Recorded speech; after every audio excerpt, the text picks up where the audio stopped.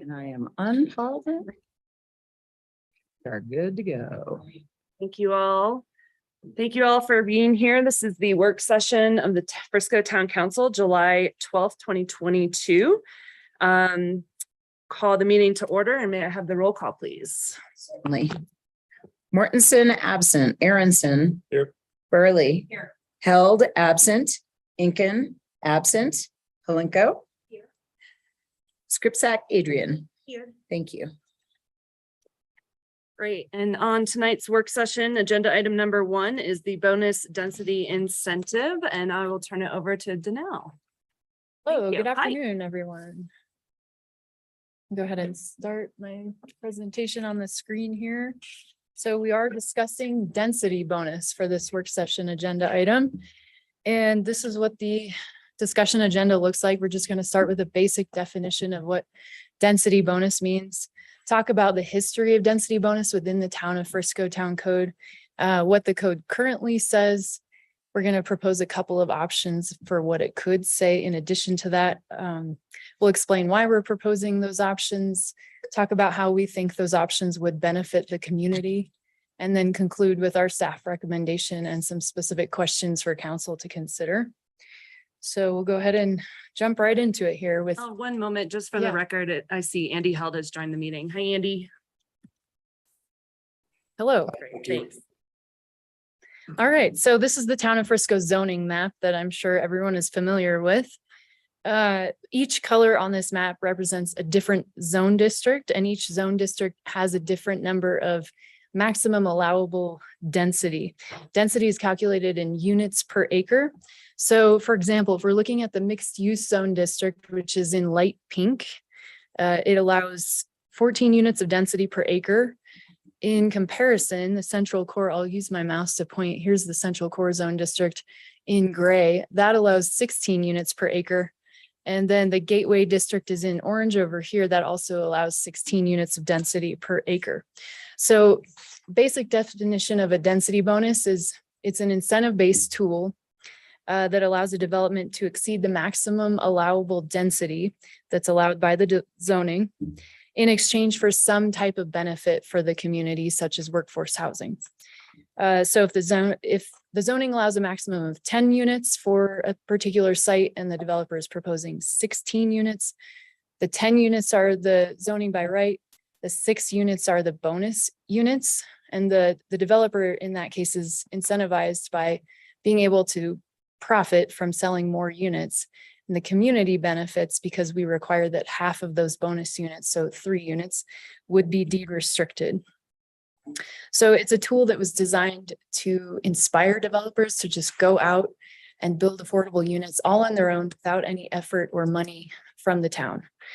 Our code language currently only allows a density bonus in the gateway district. Again, that's in orange, the mixed use zone district in pink, and the central core zone district in gray there. I guess it is worth mentioning that the gateway district is mostly built out. So the most opportunity would be in the central core and a little bit in the mixed use zone district. So moving on to the history of density bonus code revisions. Sorry, I wasn't meant to be silly with this slide. It's just supposed to tell a story that the history of the density bonus code language has evolved over time. It started back in 1998 when the town of Frisco adopted a density bonus incentive. And since then, that code language has been revised several different times. The details of those revisions are all listed in my staff report. I'm not going to go into that high level of detail right now. But it's worth noting that just the original code language did allow only 25% of the bonus units, or I should say required only 25% of the bonus units to be deed restricted. And it was only applicable to the central core zone district. There was no AMI limitation at that time. So since then, there have been several revisions. And the last time that it was revised was in 2019. That's when the 100% AMI limitation was adopted into the code. And that 2019 version of the density bonus language is what is currently living in our code today. So we'll take a look at that code language in just another slide, but before we do that, I want to quickly show you the impact that the density bonus tool has had on our community. So this slide is showing you that over the past 24 years, there have been seven different developments that took advantage of the density bonus tool. They created a total of 29 deed restricted units that were a direct result of that tool. And that accounts for 18% of all deed restricted units within the town of Frisco boundaries. You can see those deed restricted units were built from 2005 all the way up to 2022. And the AMIs range from 80% to 110%. So let's go ahead and take a look at what the current code language says. It is found in Town Code section 18551B, and it allows a development to exceed the maximum allowable density in the Gateway District, Central Core District, and Mixed Use District in two different ways. There's two options. There's an on-site option and an off-site option. If the development chooses the on-site option, then half of the bonus units have to be deed restricted at 100% AMI, and the deed restricted units cannot be more than 15% smaller than the corresponding market rate units. That's option one. Option two is off-site. If they can't provide those bonus units or the deed restricted units on-site, then they can elect to provide them somewhere off-site within the town of Frisco or within a 1 mile radius of Frisco. And it requires a 2-to-1 ratio. So for every 1 market rate bonus unit on-site, they have to provide 2 affordable units off-site. And there are size restrictions on that option as well. So in addition to those 2 existing options, we are proposing 2 more options. And to be clear, we're not proposing to change anything that's in the code right now. We're just proposing to add to it.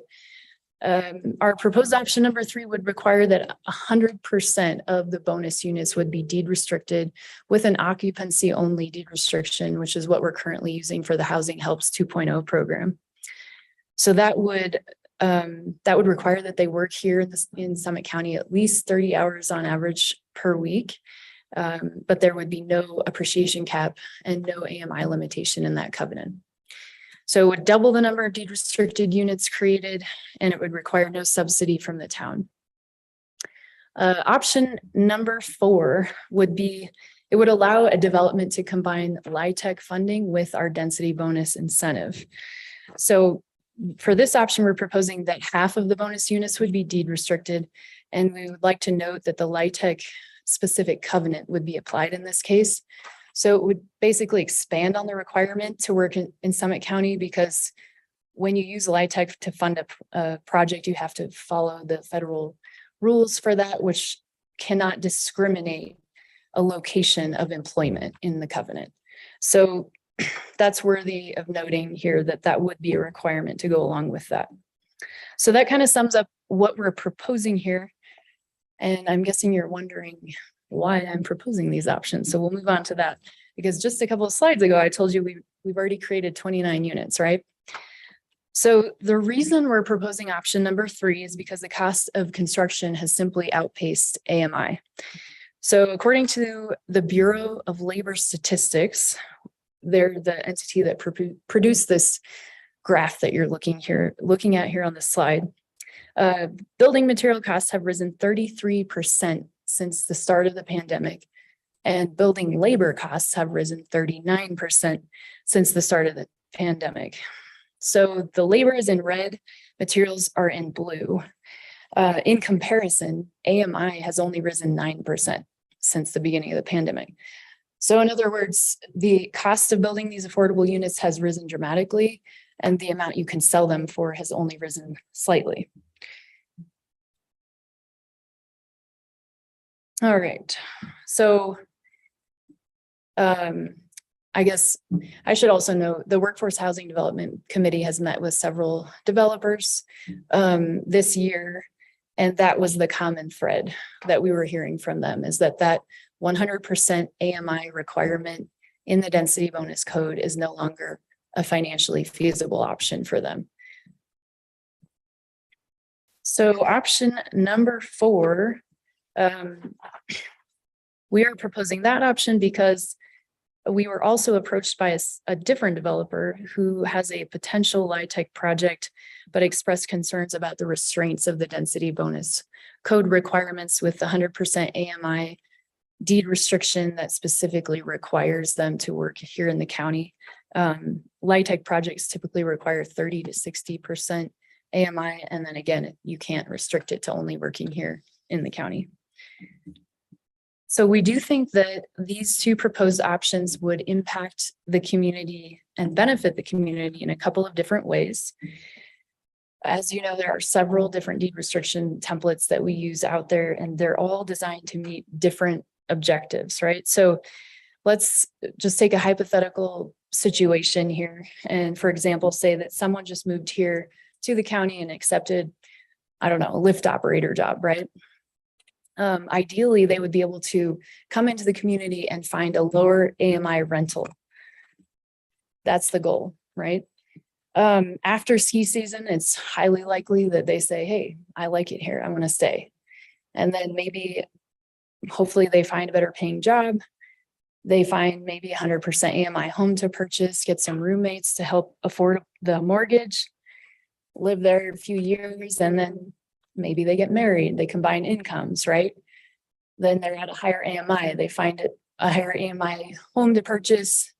Then they have kids, they need more bedrooms, but they also got a raise.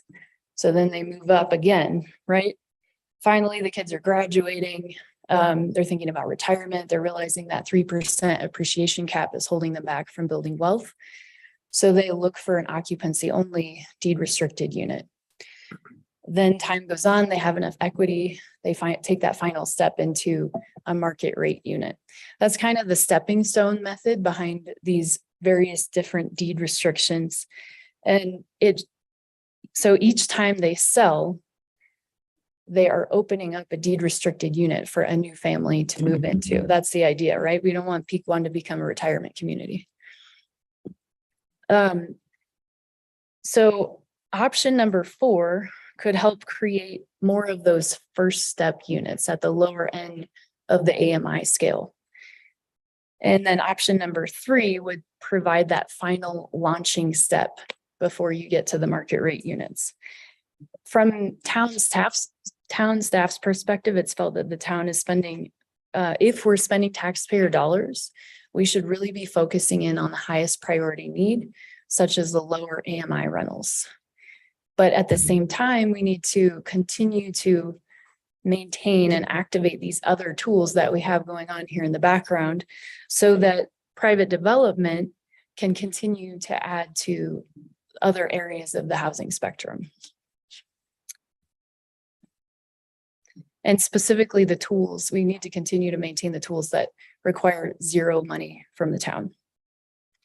So in conclusion, our staff recommendation is to consider the 2 options that we've just proposed and provide direction to staff to move forward with drafting the code amendments and proposing them at future Planning Commission and Town Council meetings for approval. We do have 3 specific questions to just help guide your discussion here. The first question is, do you support the addition of option 3, which would require that 100% of the bonus units are deed restricted with an occupancy only requirement? Question number 2, do you support option number 2, allowing density bonus to be combined with LIHTC? And are there any other density bonus code amendments we should consider at this time?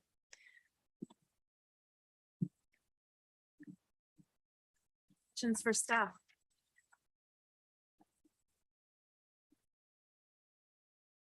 Yeah, questions. What's that? Can we ask questions? No, but you can ask or make public comment tonight at 7 o'clock during the regular meeting.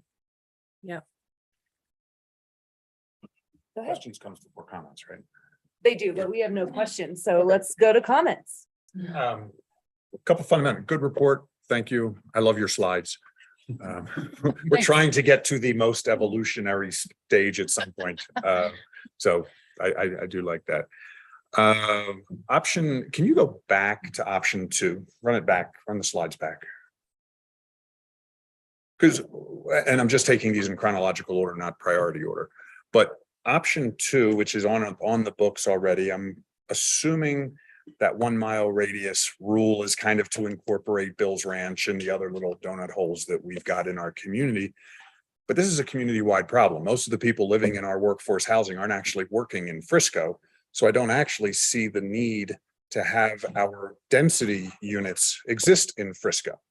If we have a developer that wants to create a project in Frisco and the place that that person can get the bonus densities is somewhere else in the county, Mhm.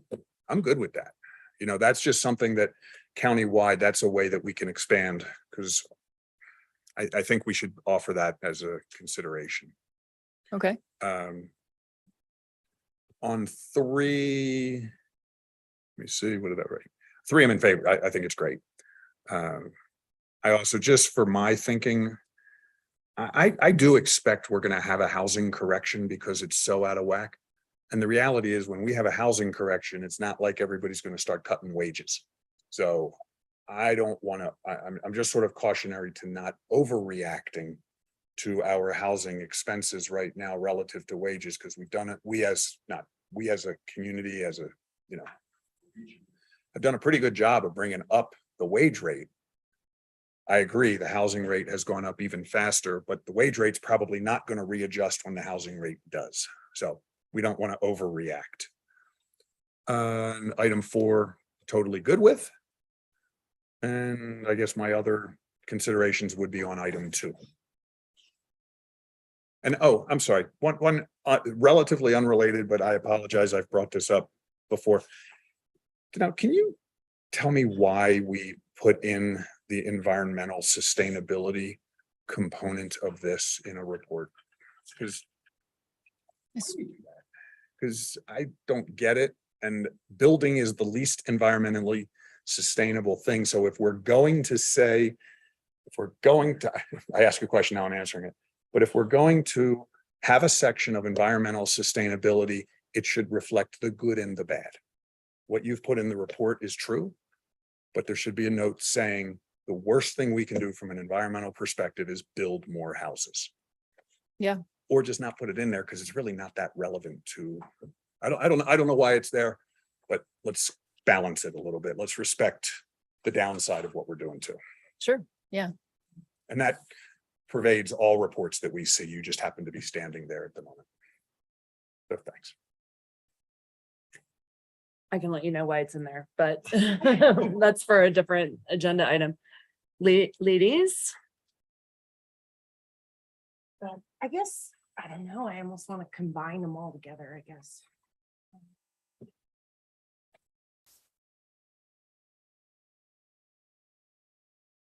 Could you, I guess, describe again for me, like the option 4, combining the density bonus with With LIHTC. yeah, Yeah, so LIHTC stands for Low Income Housing Tax Credits, and so it's federal or state funded tax credits. A developer can receive those tax credits to fund a workforce housing project. And there are program guidelines that go along with LIHTC that require the development to reserve a portion of the units at 30 to 60% AMI throughout the duration of that financing, which is typically 15 to 30 years. There are ways to ensure affordability and perpetuity, but that's how LIHTC works. So right now, our density bonus code provision allows a density bonus, but specifically at that 100% AMI with our covenant, right? So our covenant would say that you have to work in Summit County. Well, LIHTC is federal funds. So they're saying, no, you can't discriminate and say that you can only work in Summit County. We're not particularly concerned about that being abused, let's say, because somebody who's making 30 to 60% AMI is not going to be someone who's working online or here, on vacation, or you know what I'm trying to say, right? They're going to be someone who is working here in the community.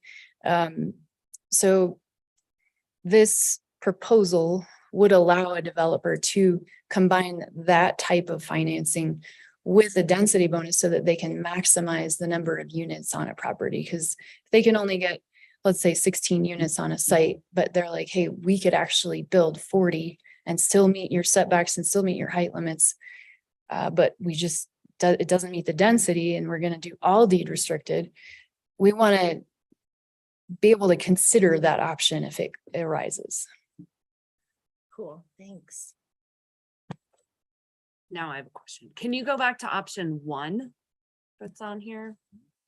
So you're proposing option 1 and 3 stay, right? Like, because in my mind, half of the bonus units, and maybe I just have to read this out loud to actually understand it. Half of the bonus units are deed restricted at 100% AMI, but if you flip to number 3, if all of them are deed restricted, but we're removing the AMI, that's the difference. Okay, see, I did have to read it out loud to myself. Okay, to me at first I was like, well, they're conflicting. That doesn't make sense. But okay, that's the piece that that I was missing. Lisa, did you have some comments? I'm glad I could answer your question. Yes, thank you. Yes. Great minds think alike. No, that actually helped me to Okay. understand that. So. And this would apply for all 3 of those zone districts still, Yes. except Gateway, you're saying is pretty much already built out. So it's not likely that we're going to see a ton. It could. There is still one large vacant parcel there, the Okay. Slendo property. That's right now at a price that's not really in reach for this sort of development. But that is a fairly large parcel that is potentially developable. Is everything currently written that you have to build more? Like if a developer is looking for deed restricted, is there a reason that they can't buy market rate units, deed restrict them and count them as their offsite bonus and density bonus? They absolutely could, and that's the option 2 that's on the book, is they could actually, let's say, go find a unit in, I don't know, Tarn Landing or something like that if they're building in the central core and say, yes, we're going to get all of our market rate bonus density on site, but we'll buy 2 Drake Landing units in return. Precludes the need to build more. Correct. We're just repurposing our existing, and it would also make me even more enthusiastic about adjusting option 2 to expand the geography beyond the town boundary line. So So Andy, you're saying instead of those other units being within Frisco, you're saying if they do it in Dillon or Silverthorne or wherever, it's good because those. I'll jump in whenever you guys let me. Just a follow-up question on that. So you're not even proposing the 10-mile basin. You're saying anywhere in the county. Yeah. Just if they to can find- clarify. If they Yeah. can find units in Okay. Silverthorne and buy 5 condos and deed restrict them, Okay. then they just satisfied their option 2 requirement to allow them. Andy, go ahead. Thanks. Thanks Danelle and Don for bringing this forward. As I've been in a lot of these meetings, these are the areas where developers feel like, they would have options to be able to do things, right? We know that the option 1 at I'm sorry, that might be the option. No, sorry. The 100%, the 1 for 1 basically doesn't work at this point. Andy, I hear you as far as there could be a correction, but I don't know if we have a slide that actually shows over time, the value of wages compared to how AMI has raised. Wages will hopefully not change. In other recessions here, when we've flattened out with the value of buildings, wages have lowered for sure. That happened twice to me. So I think, the AMI is a little bit flawed that way, or at least 100% AMI is flawed that way. So the idea is that we're trying to fill in different options and potentials for developers to utilize, right? So with that, personally, I'm for all of it because we need every level, right? And this is what we've identified as how to achieve that. I gotta say, with the as per environmental sustainability, this sustainability has the 3 pillars. It's social, economic, and environmental. And this absolutely encompasses social and economic sustainability.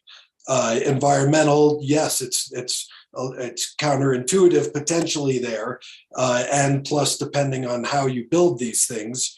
But once you're building, yes, you're making more of an impact. The question is can we get more or higher density that would be more affordable than just building McMansions, because that's essentially how our system is set up at this point. There are not many reasons for developers to go down this route.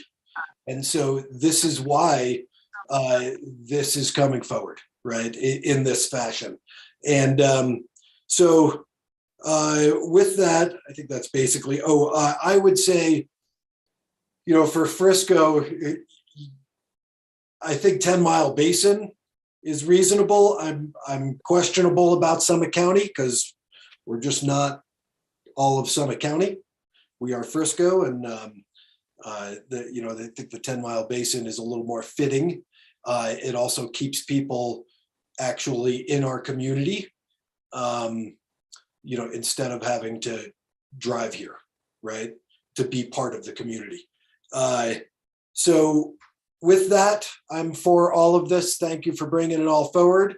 And, I think this is an actual fix to our situation in order to gain some more density and some more affordable units and more workforce housing. Thank you. Thank you, Andy. And before you stop, you've been a part of that subcommittee, the housing subcommittee.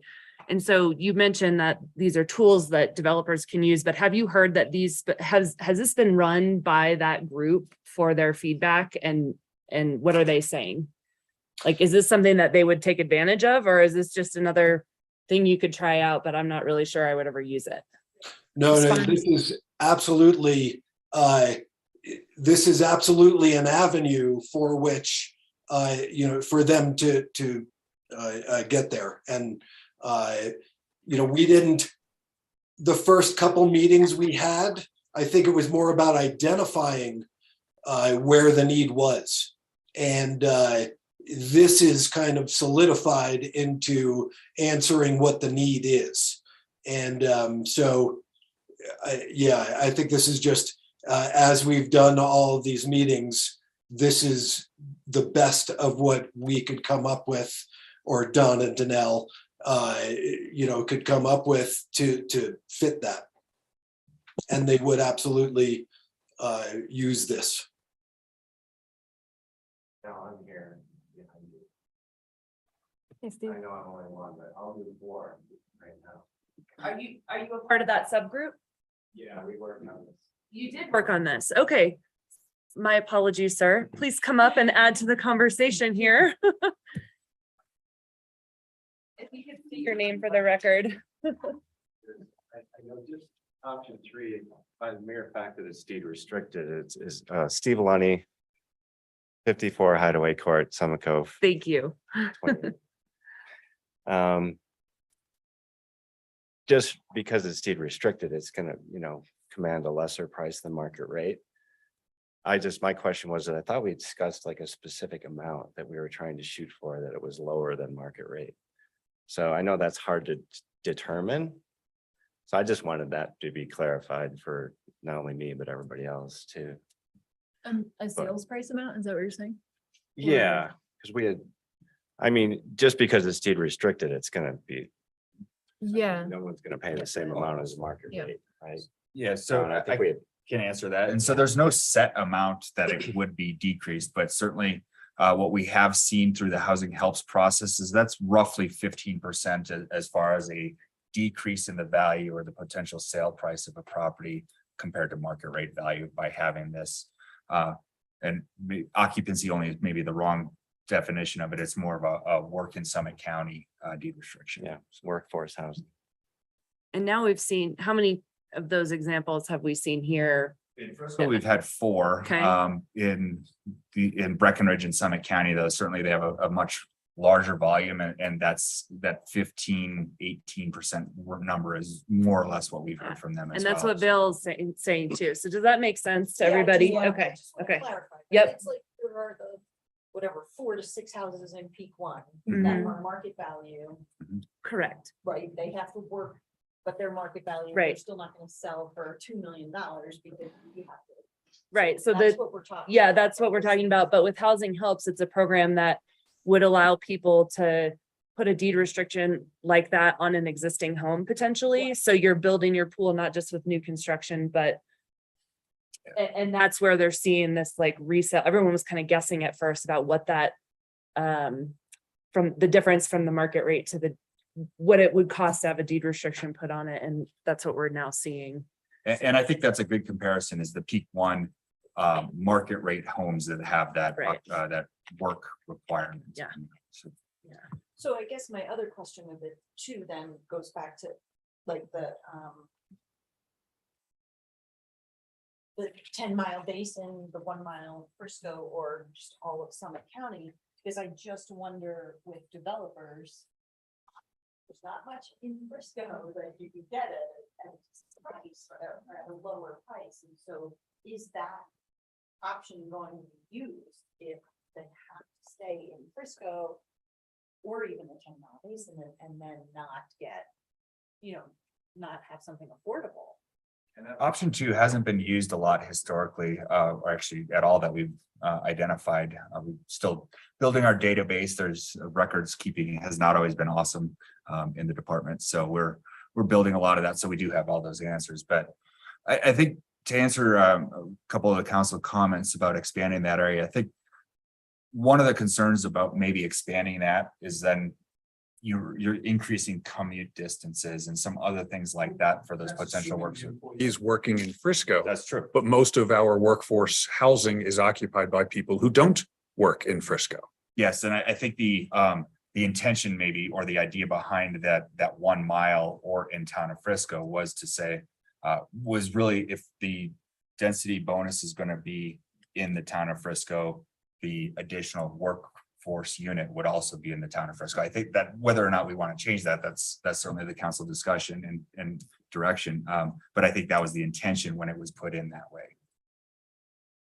I mean, I wonder, even if the workforce is, even if they're living in Frisco or outside of Frisco, either way that they're coming and going, I still feel like it's a viable community asset. Whereas, workers come in, maybe they stop at Safeway, they go to High Side, they stop at Outer Range, and whatever, people do errands, they'll do them in Frisco or in the other direction, like they might live here, work somewhere else, but I still feel like a lot of their identity is still gonna stay in Frisco. They're gonna grocery shop, they're gonna eat out, they're gonna do a lot of their life stuff, in town. Clarify that, I mean, option 3 is they can work anywhere in Summit County, not, they don't have to just work in Frisco, right? That's Some. I get that. Yeah. I want it to get used. Mhm. And I just think that our opportunity to have option 2 used because there are less expensive units in the county that to me, that's always the best option is repurpose our existing housing stock for workforce housing as opposed to forcing developers to build more. Yeah.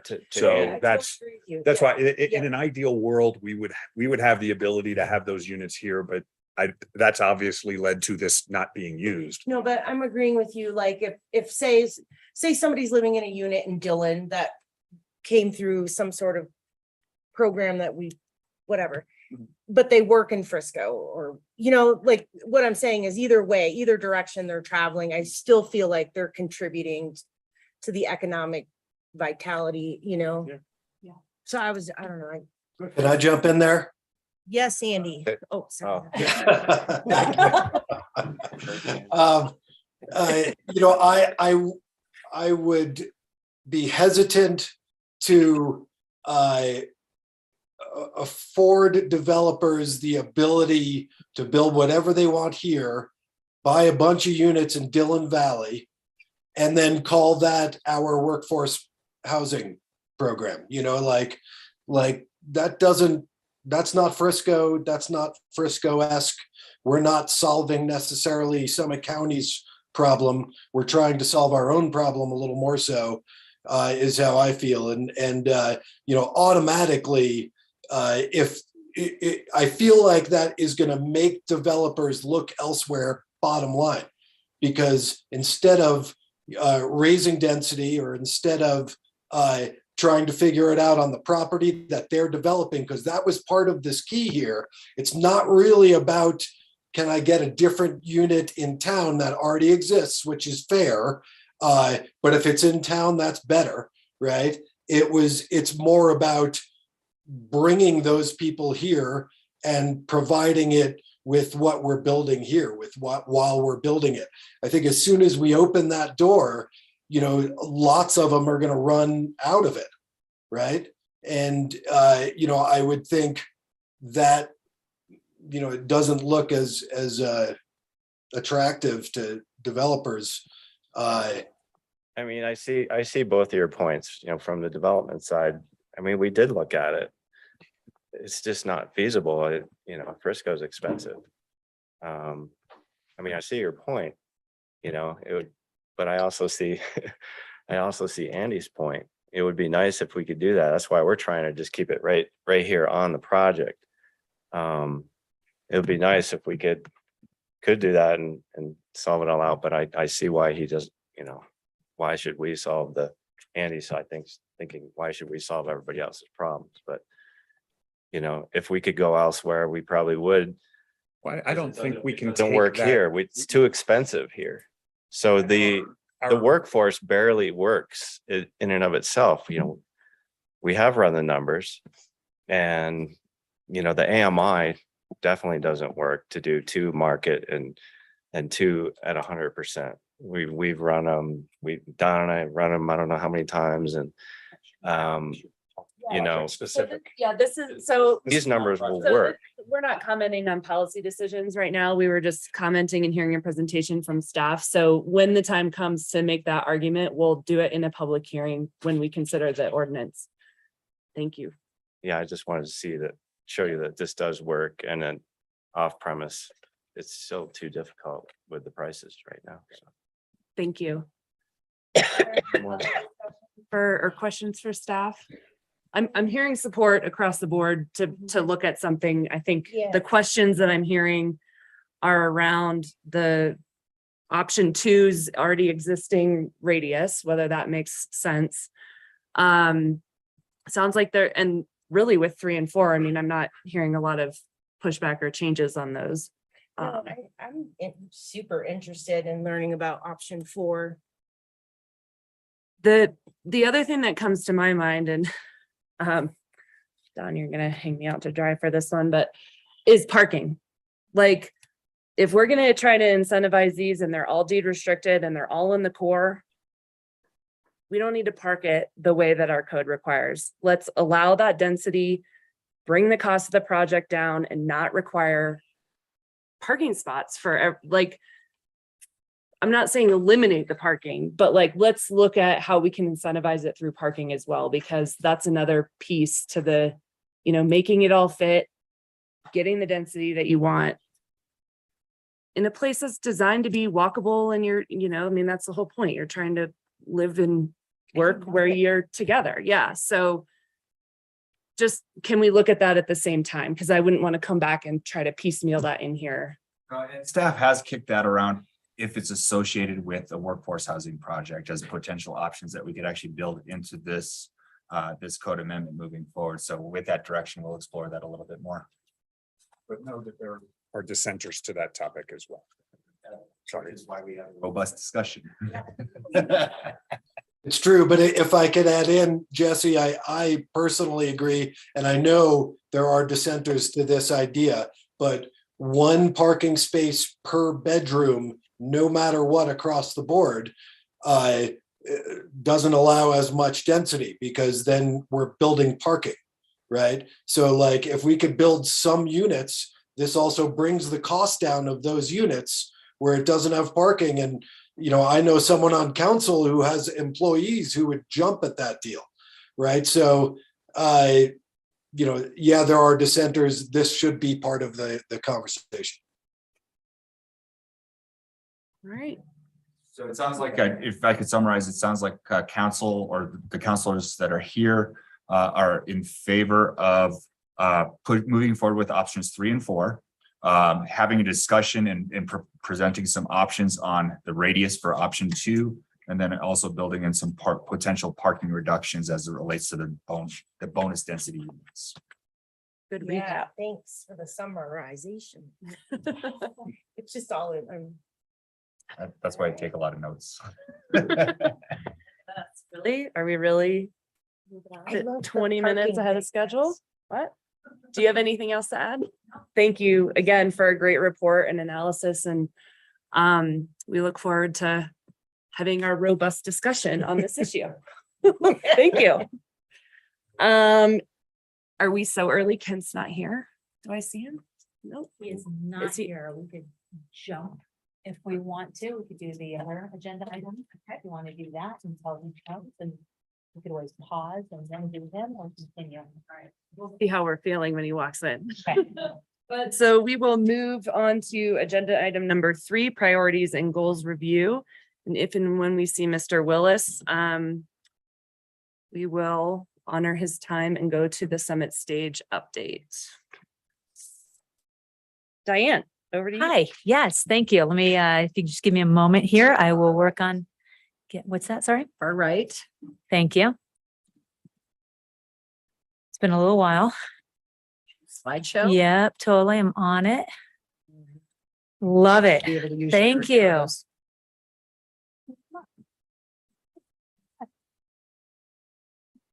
Want to come up? Come on up.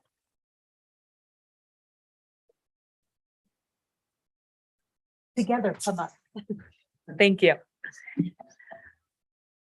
Absolutely. It's a team effort here, right? Take notes as well. Okay.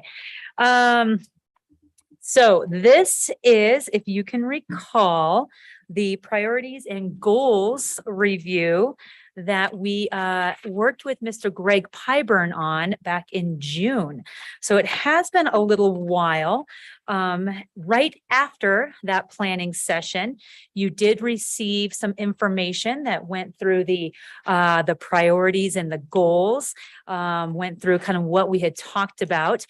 And we did not receive any feedback from anyone. So we're here today to talk a little bit about that, to see if there's some feedback you'd like to give us. Would really like this to be more of a discussion, right? As opposed to just a presentation on here's what it is. If you have, we've tried our best to add in some dates. We've looked at some of the information that was presented by Mr. Pyburn and have changed that a little bit too at different times. I'll explain where we did that, but would really like your feedback tonight on where we're going with all this. If you can recall at that meeting on the 20th, we did review the previous strategic plan from 2020 and 2021. We also had the updated information that was presented in May in 2020 of this year. We confirmed the strategic priorities at that time as well. And then we really did go with the idea that less is better. If you recall, Mr. Pyburn had suggested that as well. We're in a little bit of a transition period at this point in time. We really wanted to develop a concise 6 to 18 month plan. We also wanted to make sure that as we're heading into budget season here, we understand what the priorities are so that we appropriately budget for these into 2023. We also want to set the new town manager up for success. So a lot of this information, of course, will be relayed on to him when he starts as well. And if we have to change dates or adjust that now, because we do have some different timelines now, we are happy to do that as well. So any questions as we move through this? Great. And thanks to everyone for sitting up here, because remember, it was an entire team effort here of getting there. If you can recall, we did confirm the strategic priorities. We wanted to keep those. We did remove some words that were in front of each of these. And if you could recall, core services used to be quality core services. And we just went with core services. We kept culture, arts, and recreation. We kept community, economy, and environment, and just removed the words that were in front of each of those. Just kind of doing a little history here, so we're all on the same page. I'll go through each of these and detail out what was discussed at that time.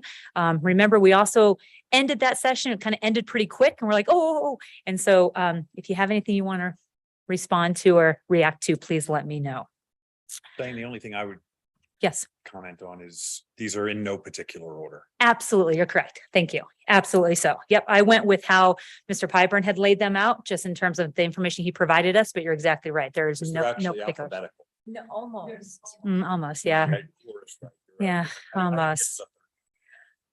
Can change that right now if that's of a huge importance. We could make that change. Has the round Yeah, remember table. the circle? Yes, exactly. Thank you. Thank you. Okay, so starting with core services, the strategic priority of core service.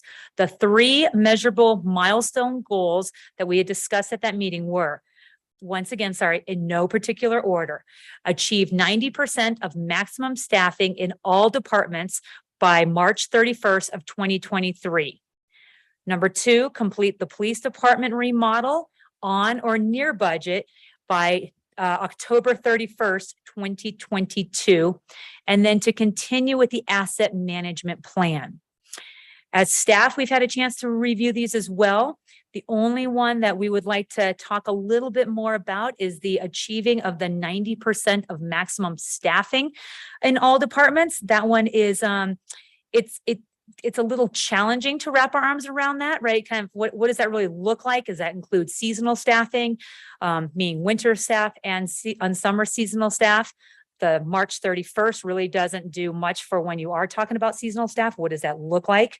Staffing is also tied in many ways to a variety of factors, including housing that you had just talked about. So one of the things we want to talk with you about is, rather than maybe trying to achieve this maximum staffing level, would it make more sense to establish a benchmark here in September of this year where we work with our employees on more of an employee engagement survey?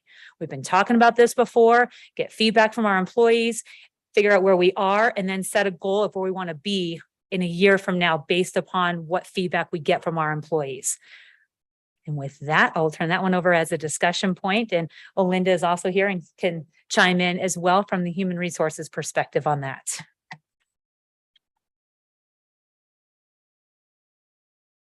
In just hearing it, I don't feel like employee satisfaction is the same as achieving staffing levels. Like, those to me are, of course, having a great place to work and be able to recruit and input and feedback from employees on what that should look like is important. But to me, that's not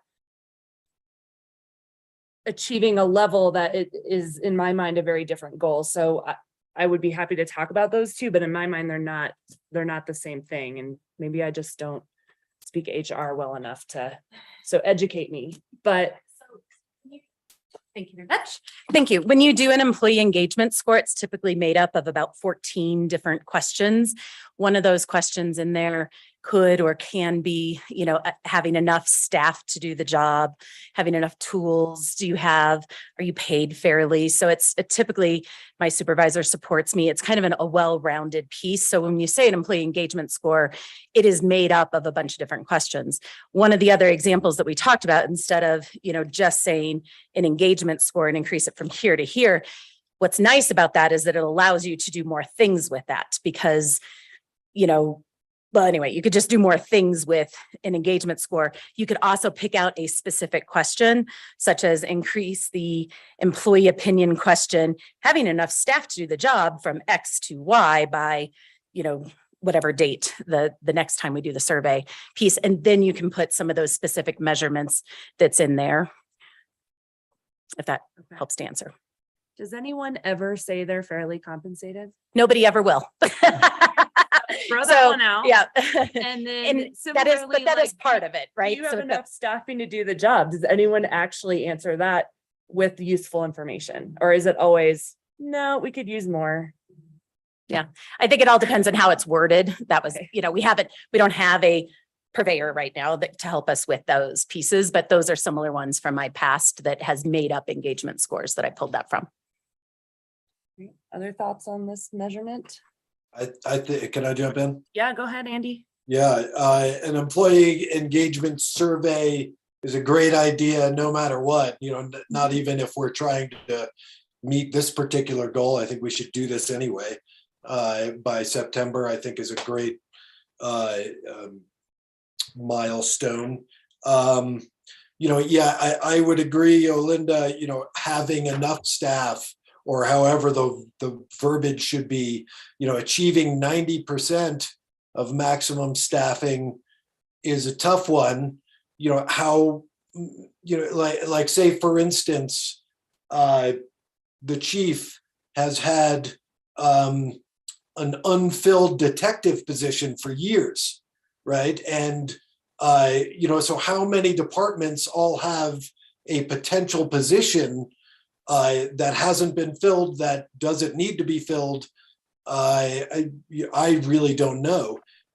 So I'm not quite sure that 90% would be the way to go about that.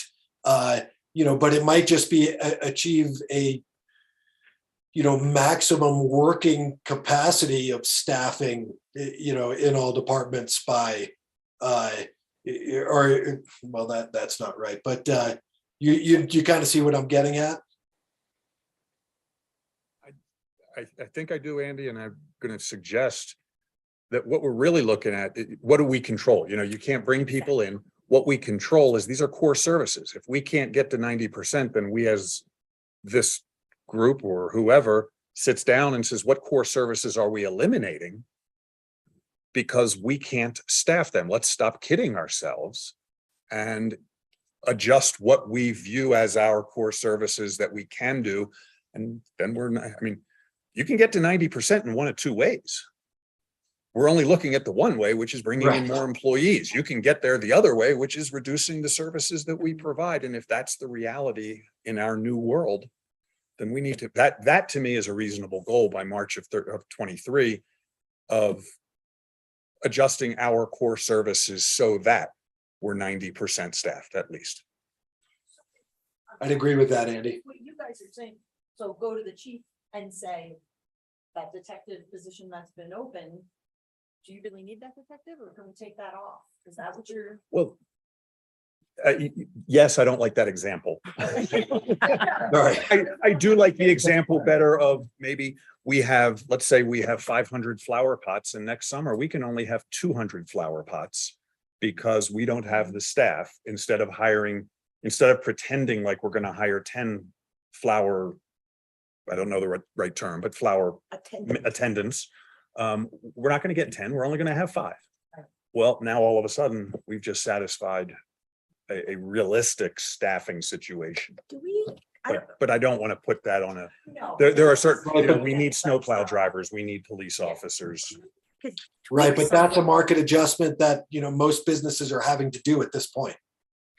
Is it, I don't know how likely or if this even exists, but like, is there a way to, I don't even know if there would be a person out there, but like, I used to be a seasonal employee for the town of Frisco, and like, I probably would have stayed with the town of Frisco if I could have just kept and maybe offered some sort of types of benefits, maybe not full benefits, but like just rolled that employee into a winter seasonal and just kept them year round and figured out some sort of, I don't know, incentivized position where if you do stick around, I don't know. That is one of the Prioritize actions that that. would fit under a question like this. Yeah. And so like, if you think about employee engagement as a general piece, some of the things that we talked about is, researching and then looking into retirement contributions, right?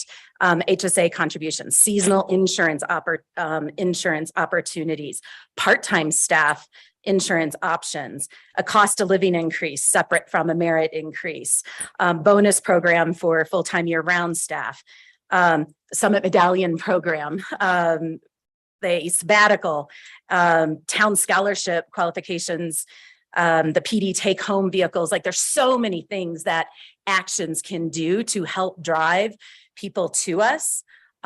We were just a little bit concerned with that 90%. If you recall, we are in the process of redoing our HRIS system. And so I don't know how easy that is to manage without manually tracking, okay, how many people do you have now and how many people do you have now? So we were just trying to be mindful of what is easy, and that piece about keeping it simple in the beginning there that Diane talked about, what's simple and measurable, that we have the tools to be able to do that. So there's an unknown out there of what that system is really going to be, because we're only in this phase of it right now. Yeah. So that's why we were trying to come up with, are there some other pieces that would still accomplish, knowing that we want to have staff? We know that, right? Whether we have 9 million services or we cut that back to 1 million services, we know we need staff. What are the pieces to get there? There could be a different measurement. So that was where we were at. Sure. Linda, if I could, this is sort of and not quite of what Copper Mountain does, but could those seasonal employees, could you get hired on as a full-time employee and take a seasonal position, right? That just changes from this season, you're doing this. Now this season, you're doing that. You're still a full-time employee. I think that's what Elizabeth. The resort worker, quote unquote. Resort worker, Off you know, the I mean, top of your head, can you, like, you Mhm. can tell us what that number is? Like, we have a lot of them, right? Yeah. Or at least a lot that are available that way, whether people take advantage of that or not. I think that that's a great area to tap into, is how to get those people back-to-back seasons. What does that look like? Or even just back-to-back each winter, back-to-back each summer, and what that looks like. But how can we start doing that? And that is going to be through items like the insurance that you spoke about. So what I'm hearing is that staff is a little uncomfortable trying to figure out a good measurement for this. Are there alternatives? We just gave several, Mhm. but I guess, what are you looking, like, do you want us to wordsmith and figure out a number one here? Or are you looking for us to come back? Like, what is it that you would like from this conversation before we kind of keep going with it? I guess it's up for discussion. These are the ones that were presented as a result of the planning session that we had. If we need to come back with, maybe we'll come back with some alternatives and we can talk about those at a later time. Happy to do that. Just want to make sure we were having that discussion, because there was that level of, it just didn't sit well with just 90%. It kind of was like, we wanted to talk a little bit more about that. So I wanted to get your feedback from that as well.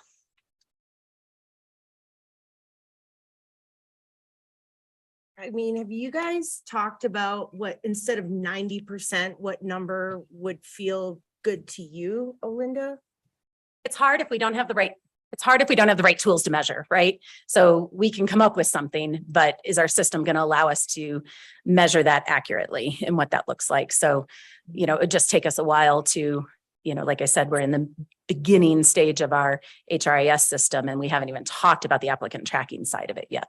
And that's where those things would be, how many positions do you have that are open? How many do you want? What's your turnover report? All of those things go into play there. Gotcha.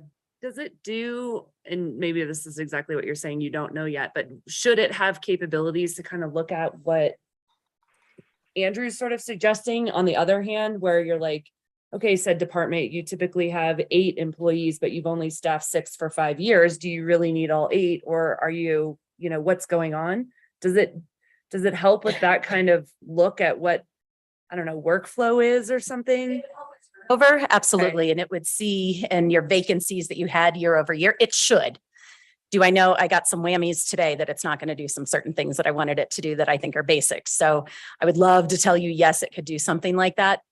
Because I agree with Andrew and Andy in the sense that, like, part of this is a shot in the dark. We could pick 90, we could pick 75. I mean, we could base it on where our last 3-year average was, we could just pick a number, but that's not, I don't think that really feels good to anybody without being able to justify it. But I think that number does come into play when you're looking at it by department and saying, here's the workload, here are the strategic priorities. I mean, ultimately you guys are staffing to this, right? Like, you're figuring out what the strategic priorities are for the next 6 to 18 months, and then you got to staff it. My question when I first heard you present this, Diane, was do we really need to be looking across all staff, or is this a goal that makes a lot of sense for full-time? Right. And again, those core services, yes, recreation is one of those core services, but it's not government core. It's what we as Town of Frisco do, but core service for the government is like, you know, you pay your taxes, you get your utility, and you do some development. Like that's what we're here for, right? So does it make sense to look at something a little bit more narrow like that, which could potentially be easier maybe to measure? I don't know. And I think some of it ties into, you know, we want to make sure that we have a goal that makes sense, right? Like what you're speaking about, and we're not, oh, I got to hit my goal, so I'm just going to hire Fred over here to get my goals because I'm going to get a bonus, or I'm going to look good, or I'm going to get an increase, whatever that looks like. So that's why trying to shy a little bit away from that, where it's, yeah, I'm just going to fill so I can hit that goal. We're incentivizing the wrong things, right? We're not actually fixing the problem. And what truly fixing the problem is I think about having an engaged workforce that wants to be here. They value being here. Word of mouth is our biggest recruitment tool out there. And so how do we do that? And I think it's through the other services that we do to enhance that there. And then we're not having managers try to hit something that, or fill something just to look good on paper, because they might be incentivized by it. Right, but bottom line is, I think what we were looking to achieve here is it's really just, and this goes back to what Andy was saying, you know, it's just, are people working underwater, right? Mhm. Is everybody in every department working, you know, a job and a half, right? We want to be able to work at a sustainable level where people can be happy and can enjoy their job and everything else. And so, you know, if we have a hard time staffing, that's where we as the organization need to look at, well, let's not put out as many flower pots or whatever that, you know, whatever that would need to be, because we need to, again, this goes back to you can't ever, you know, have addition without subtraction with all of this stuff, right? We need the subtraction to keep up with our staffing. By no means, I would think, do any of us think that, you know, department heads should just be like, I have to fill jobs to meet my quota. You know, I mean, that doesn't make any sense whatsoever. It's really just, can we make jobs sustainable for people? And if we can't, then what are we doing wrong too? Other than we can't, you know, afford them housing, or we can't afford them, you know, the wage that they need. I think Yeah, we that's should it. use the marina as a model, where the marina came out, somewhere along the line, I remember the communication, and it said, we're fully staffed. You say, great, we're fully staffed. And then you read on, and it's because we're operating from 9 to 5. But if we had more people, we would be operating from whatever it would be, 8 to 8. Mhm. But they've done as far as I understand, they've done a great job of reconfiguring their workload to reflect their workforce, as Absolutely. opposed to thinking their workforce needs to reflect their work, Mhm. you know. Yeah, and this is, just so we're So- clear, this is not an HR, this is an everybody, right? Because it is about what are we trying to provide, But and how that- many staff with that. But that's what, Mhm. in my view, that's what I'd love to see by the end of March of 2023, is the model of what can we do with the workforce that we reasonably believe we can recruit. Mhm. Okay. That's the adjustment. That's what we as the group here can control. Similar, and I said similar to using the marina as the model for reallocating their resources for what they have. So hearing the comments, might I propose that you guys come back with some, hearing kind of the intent across, which I think we are mostly in agreement upon here. Come back with some proposals as to what you think that what feels better and measurable based on your new technology and what processes you're putting in place. What I didn't hear, and just real quick down the line, you guys do you all support an employee survey regardless? I mean, that seems to be an important piece of information that, And to do this summer anyway. okay. And it was just, since we knew we were going to do it, there's a lot of measurables that we could do out of there. So if, What are you know, yeah. what are we looking at? Right. Mhm, yes. Okay, so. That go is forth and happening conquer on regardless. that. Sounds good. Mr. Willis has joined us and it was 5:45 for our summit stage update. So I'm gonna give him the floor for a few minutes and respect his time, and then we'll come back to finish this discussion if Yes. that's all right with staff. Can I just clarify and be clear that I am not suggesting that we not hire a detective? Oh. That was just the example that I put on here, so I'm not suggesting that, Thank you. or I'm quoted on that. Right. All right. Good Mr. afternoon, Willis, everyone. How are you? I'm pretty good. I'm Good. pretty good. Thank you for having me. Want to thank you for having me stay on the committee, the stage board, and thank you guys for all your efforts. It's interesting that I walk into a conversation that we have at the stage board almost every month. And we have, like the sheriff, there's certain jobs that you need a certain number of bodies for. And you can't just have a percentage of people, but we found that we were overworking our staff, trying to do what we thought was our job and our expectations.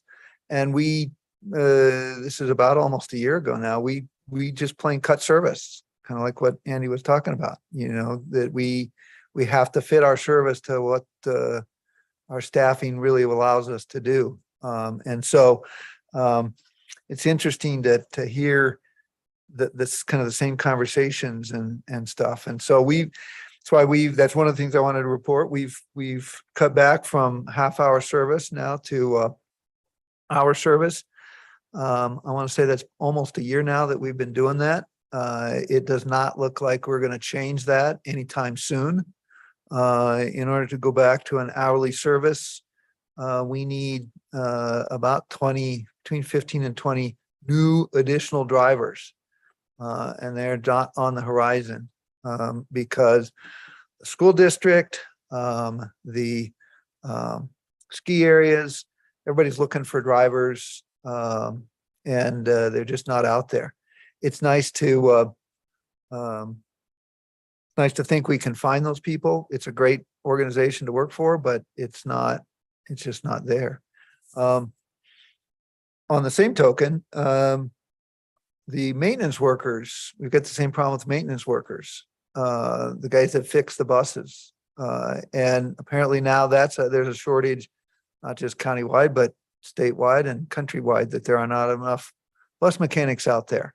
So Copper Mountain, Keystone, they're all cannibalizing each other, and whoever they can find a mechanic to do their work.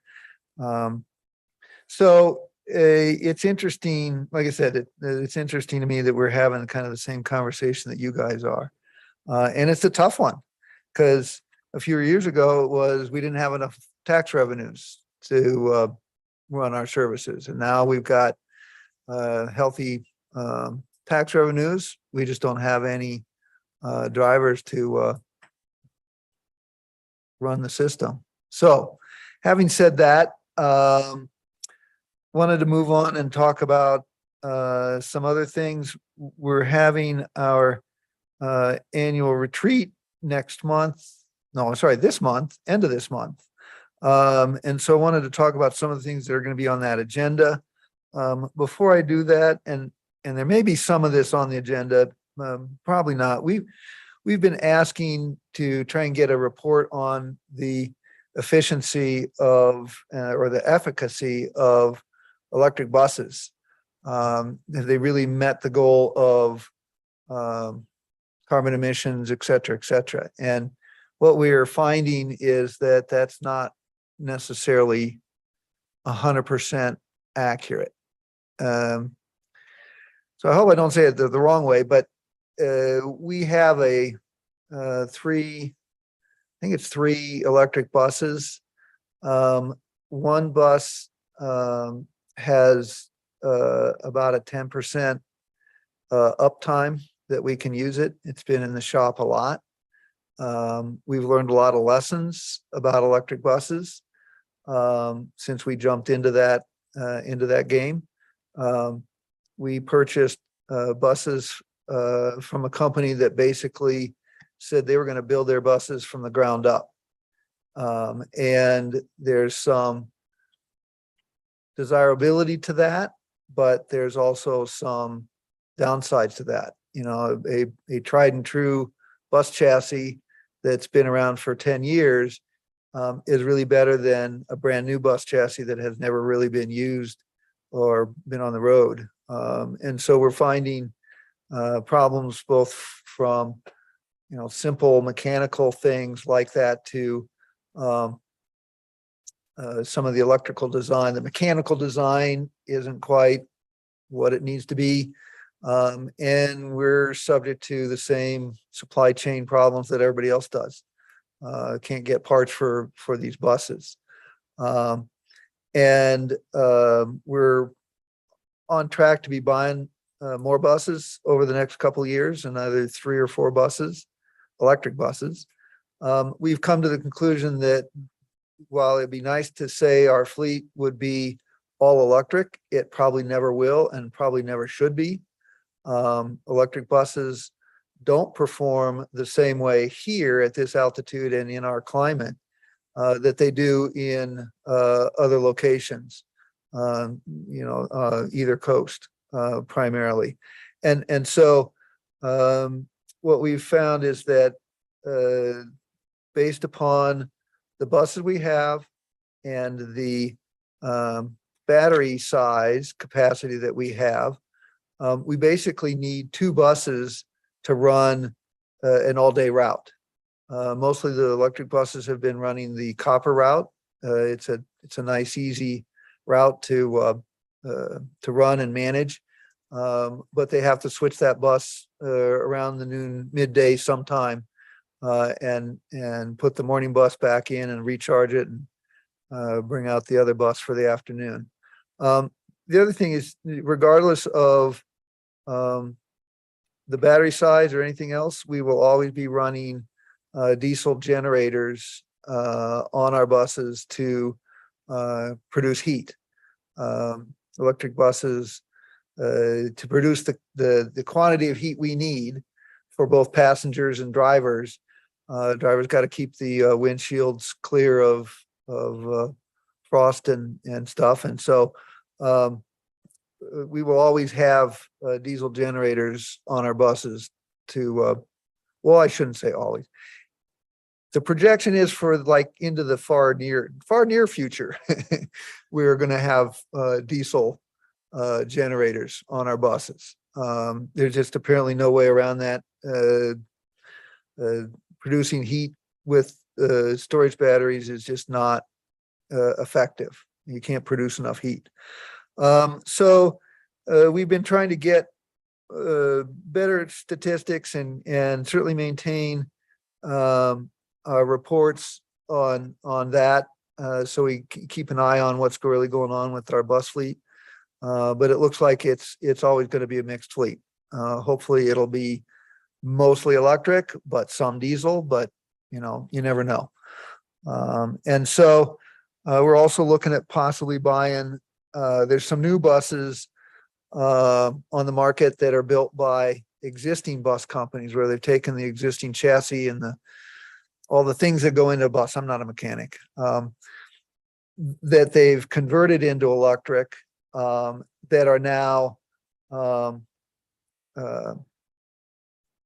perform better than you would think. When you see her convert a diesel to electric, that kind of sounds weird, but they're now doing a better job of converting those buses, and they don't have a lot of those side issues with chassis and axles and all the things that drivetrain, the steering trains and stuff that the new specialty built ones have.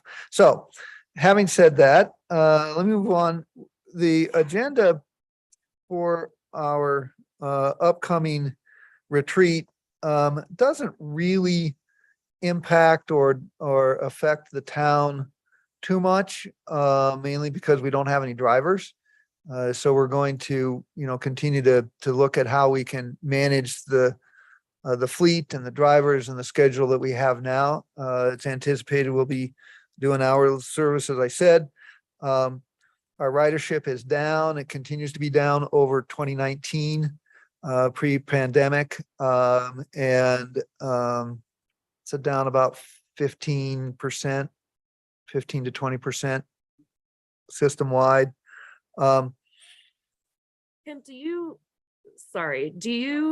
calculate the ridership based on just person in, person out, or per a percentage of the bus route? I mean, if you cut routes, you've just cut your ridership.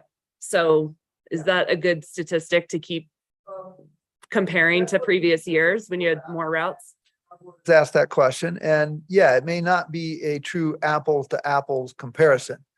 2019 was pre-pandemic. It was half-hour service. We've tried to look at compared to hourly service, and we're now starting to have enough data that we can start to think about doing that for this coming year, so that we can have a better apples to apples comparison. I'm just giving the statistics that we have.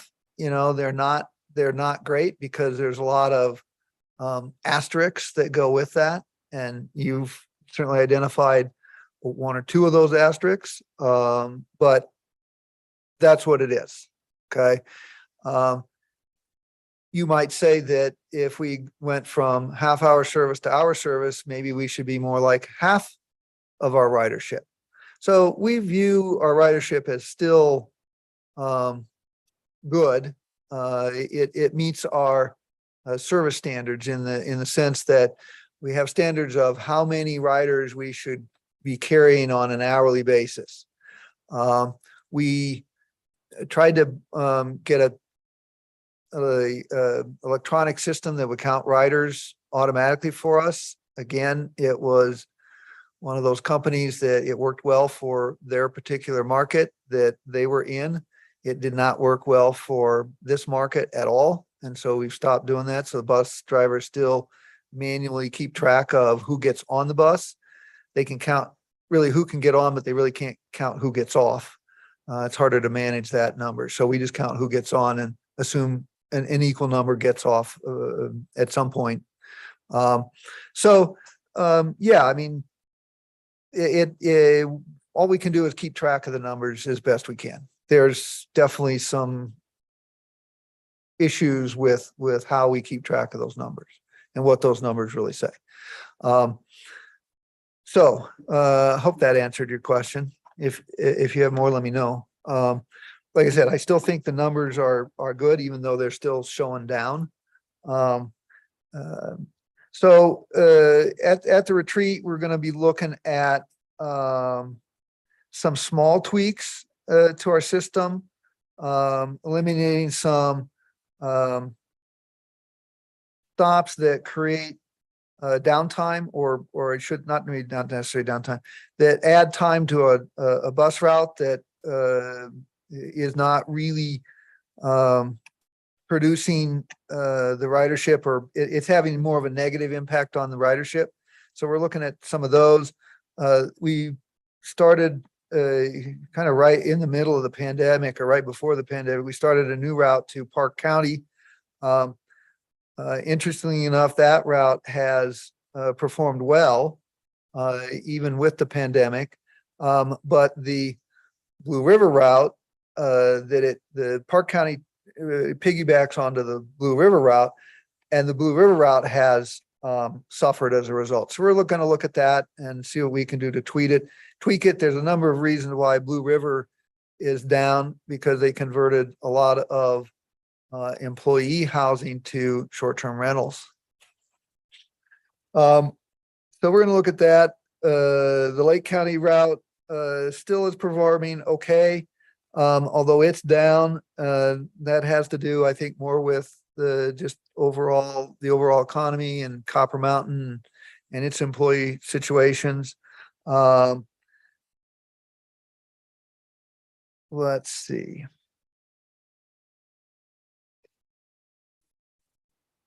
So those are, we're looking at the possibility of adding a little loop over at the Swan Meadow Village, to the Summit Cove area, which would service Swan Meadow Village is primarily a workforce community. So we're trying to access that. I think there's some other things coming online that we need to think about. I don't know what we're going to do with it yet, but as you read in the paper, the Days Inn is being converted to employee housing. The La Quinta Inn has been in litigation. That's going to trial first week in August, and all parties seem to think that it will be used for some sort of workforce housing. Just depends on who ends up winning that trial as to where that configuration will go. But now you've got a whole bunch of additional workforce housing that, in my opinion, needs some access, bus access, and it's not as ideal as it could be. So I see that as one of the things coming online. The thing that probably affects Frisco the most is Lake Hill. And some people say it's dead in the water. Some people say it's still perking along, depending on who you talk to. I would love to have a debrief on that someday. And the county has its own perspective on that. The thing that I have been pushing up until about a year ago is that if Lake Hill comes online, we need some kind of a local circulator to get workforce people from Lake Hill into the transfer center and wherever else they may want to go. Denver Water Board for a long time said we can't run a bus across the dam. That changed with the pandemic primarily. We actually run some buses across the dam road in bad weather. We're thinking about whether or not we want to create a regular route that will go across the dam road. It's kind of like you got to get your foot in the door if you want to stay. And so we're thinking about trying to do that. Again, we have buses. That was another problem we had years ago. We didn't have enough buses. We got money, we've got buses, we got no drivers. And so we got to figure out how to do that, because I'd like to open that door, because if we can run a bus across the dam road, that would create a huge connectivity that we've not had. We've been talking about having buses that would circle the lake. And we've got like half of it. The other half, really from Frisco to Silverthorne to Dillon, is a really pretty inefficient set of buses. And so it would be nice if we could run a bus across the dam, and that would create some connectivity that would cut off, at least, I'm guessing, at least a half an hour of that trip, if not more. So those are the kinds of things that are on the agenda. I'm here to try and see if there's anything specific that you guys want or need or want me to know about, and give me direction.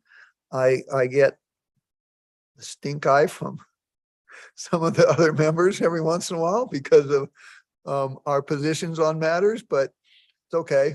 I can't see them anyway, so doesn't bother me. So that's kind of my report. Oh, I've gone over. I apologize. That's okay. I do want to allow some questions if any of the new council members, really just in general, but anything specific about update or service or ideas. One question I had before I turn it over is just on the staffing side. Has there ever been discussion about, CDOT just did Pegasus, right? So if you can't get CDL drivers and there's more federal legislation coming down that's going to make that even harder on the drug testing side, like, are you looking at non-CDL type driving positions that can fill in the niche in between the big bus routes? Okay, I'm gonna make a note of that, because I'm not I'm not familiar with that. All right, we haven't discussed that at our meetings, all right? I know that when those types of questions come up, everybody gets on their transit hat and say, whoa, well, there's regulations, and I'm not an expert on the regulations. So yeah, I'll find out. Great. I'll find 'Cause, I out mean, because going back to the conversation we just had, yeah, Pegasus model of non-CDL drivers Yeah. in smaller vehicles. And I know, we are that large transit serves a purpose, but if we can't get there, how do we maintain service and maybe even provide a better micro mobility option within, whether it's within communities, of course, we would love to bring it here to Frisco, but across the county, how do we move people around efficiently and allow for that person to still not have to buy a car or leave the community, which is probably the more realistic option for somebody that has no transportation. So we're saying more like the shuttles, like van size. Yeah, whether it's on demand or there's a set route, they do have regulations, right? They're public transit, so there are rules, but related to the drivers, I don't know, maybe there's other options. that occur to me, right, or three things I want to say. One, the Summit Stage is a union shop, so they're negotiating their union contract as we speak. So I don't know what the union is going to say or how that union contract impacts that, what you just said. I'm going to say, just because this seems logical to me, that if there were opportunities there, I would think that the ski areas at least would be jumping all over that, because they need bus drivers just like we do.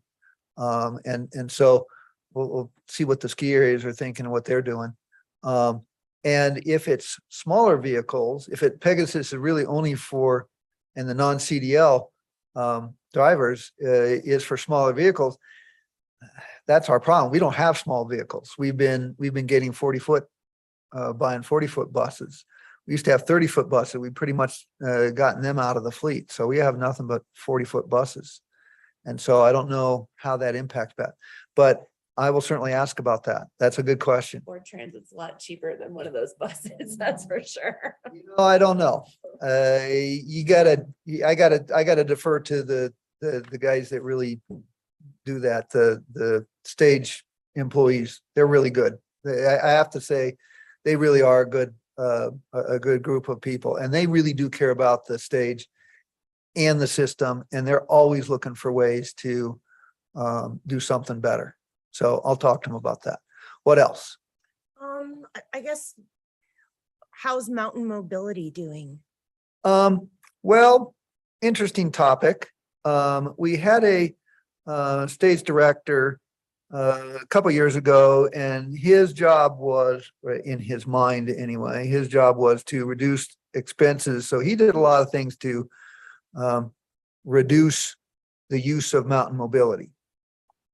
So you had a pendulum swinging to one where we were pretty much picking up almost anybody, and then it swang this way, and it was much harder to get mountain mobility. I think it's swinging back more in the middle right now, so that the people that really need it can use it, and ridership is up, but it's not out of control. I mean, it's not how to throw it's the wrong term. It's not, it's the right people that are using the service, right? So mountain mobility seems to be doing fine, to answer your question. That's not where our problem is. We've got plenty of drivers for mountain mobility. In fact, probably too many, because everybody wants to drive those smaller vehicles. But it's doing good. I mean, we did some things we weren't supposed to do. It almost turned into a point-to-point service And that's not really what it's supposed to be. So, you know, we've made some improvements, and so it's more in line with what it needs to be. So. Lisa, Andy, to wrap it up? No questions, Andy? You know, this I think really just stirs the pot for, you know, what our transportation plan needs to be as well, because we need point-to-point mobility in this town, right? You know, everybody talks about less cars and everything. It's never, ever going to happen unless we can get people to all the spots in Frisco, right? As well as offering, you know, workforce housing units without parking. You know, so I don't love that the Summit Stage has been pulling back on service, but obviously that's all they can do, right? They don't really have a choice there, but micro mobility, as you said, Jesse, is going to be such a big key, and we have to attack this issue, you know, and this has to be on us. I don't see the Summit Stage doing this for us by any means. So, you know, with that, thanks for the update. I'm interested to know, are you guys hiring to try to meet, to try to get back to that level of half-hour service? As you were saying, you needed, you know, 15, 20 more people. You know, what happens, or what do you do with, you know, 6 people that you end up hiring, right? How does that play in? And do you end up changing your entire model to utilize the 6 people, and now you need 20 more people in order to go back to the half-hour service? That's just a question. I don't know that it's really imperative at the moment, but. So that's a good question. I'm going to do my best to try and answer that. So the stage advertises constantly. I don't know if you guys listen to the radio, but Crystal 92 at least has been running ads. There's an ad in there almost every day, every morning, for people to come in and apply for jobs. They may have stopped. I haven't heard it recently, but for April, May, June, they've been running morning ads to get people to come in and apply. Up until this point, they basically were replacing, new hires were replacing people that left. There's always turnover. At our last meeting, at the end of June, they said that they've got a couple of employees that are returning. They've got some part-time employees that want to become full-time. And so we're starting to tick up a little bit in having more more drivers.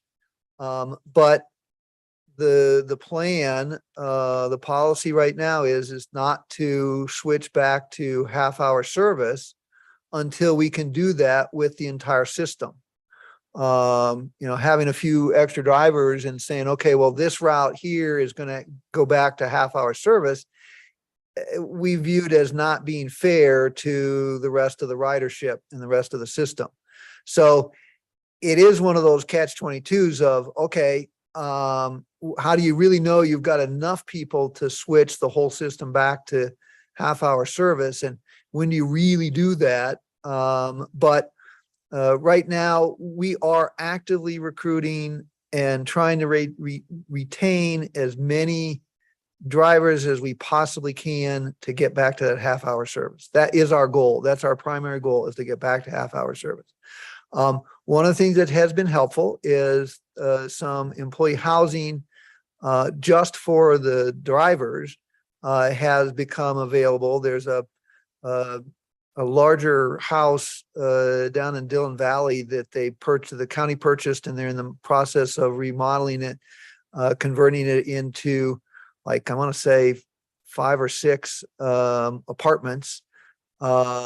Unfortunately, that's not going to come online until probably early next year, maybe not even until spring.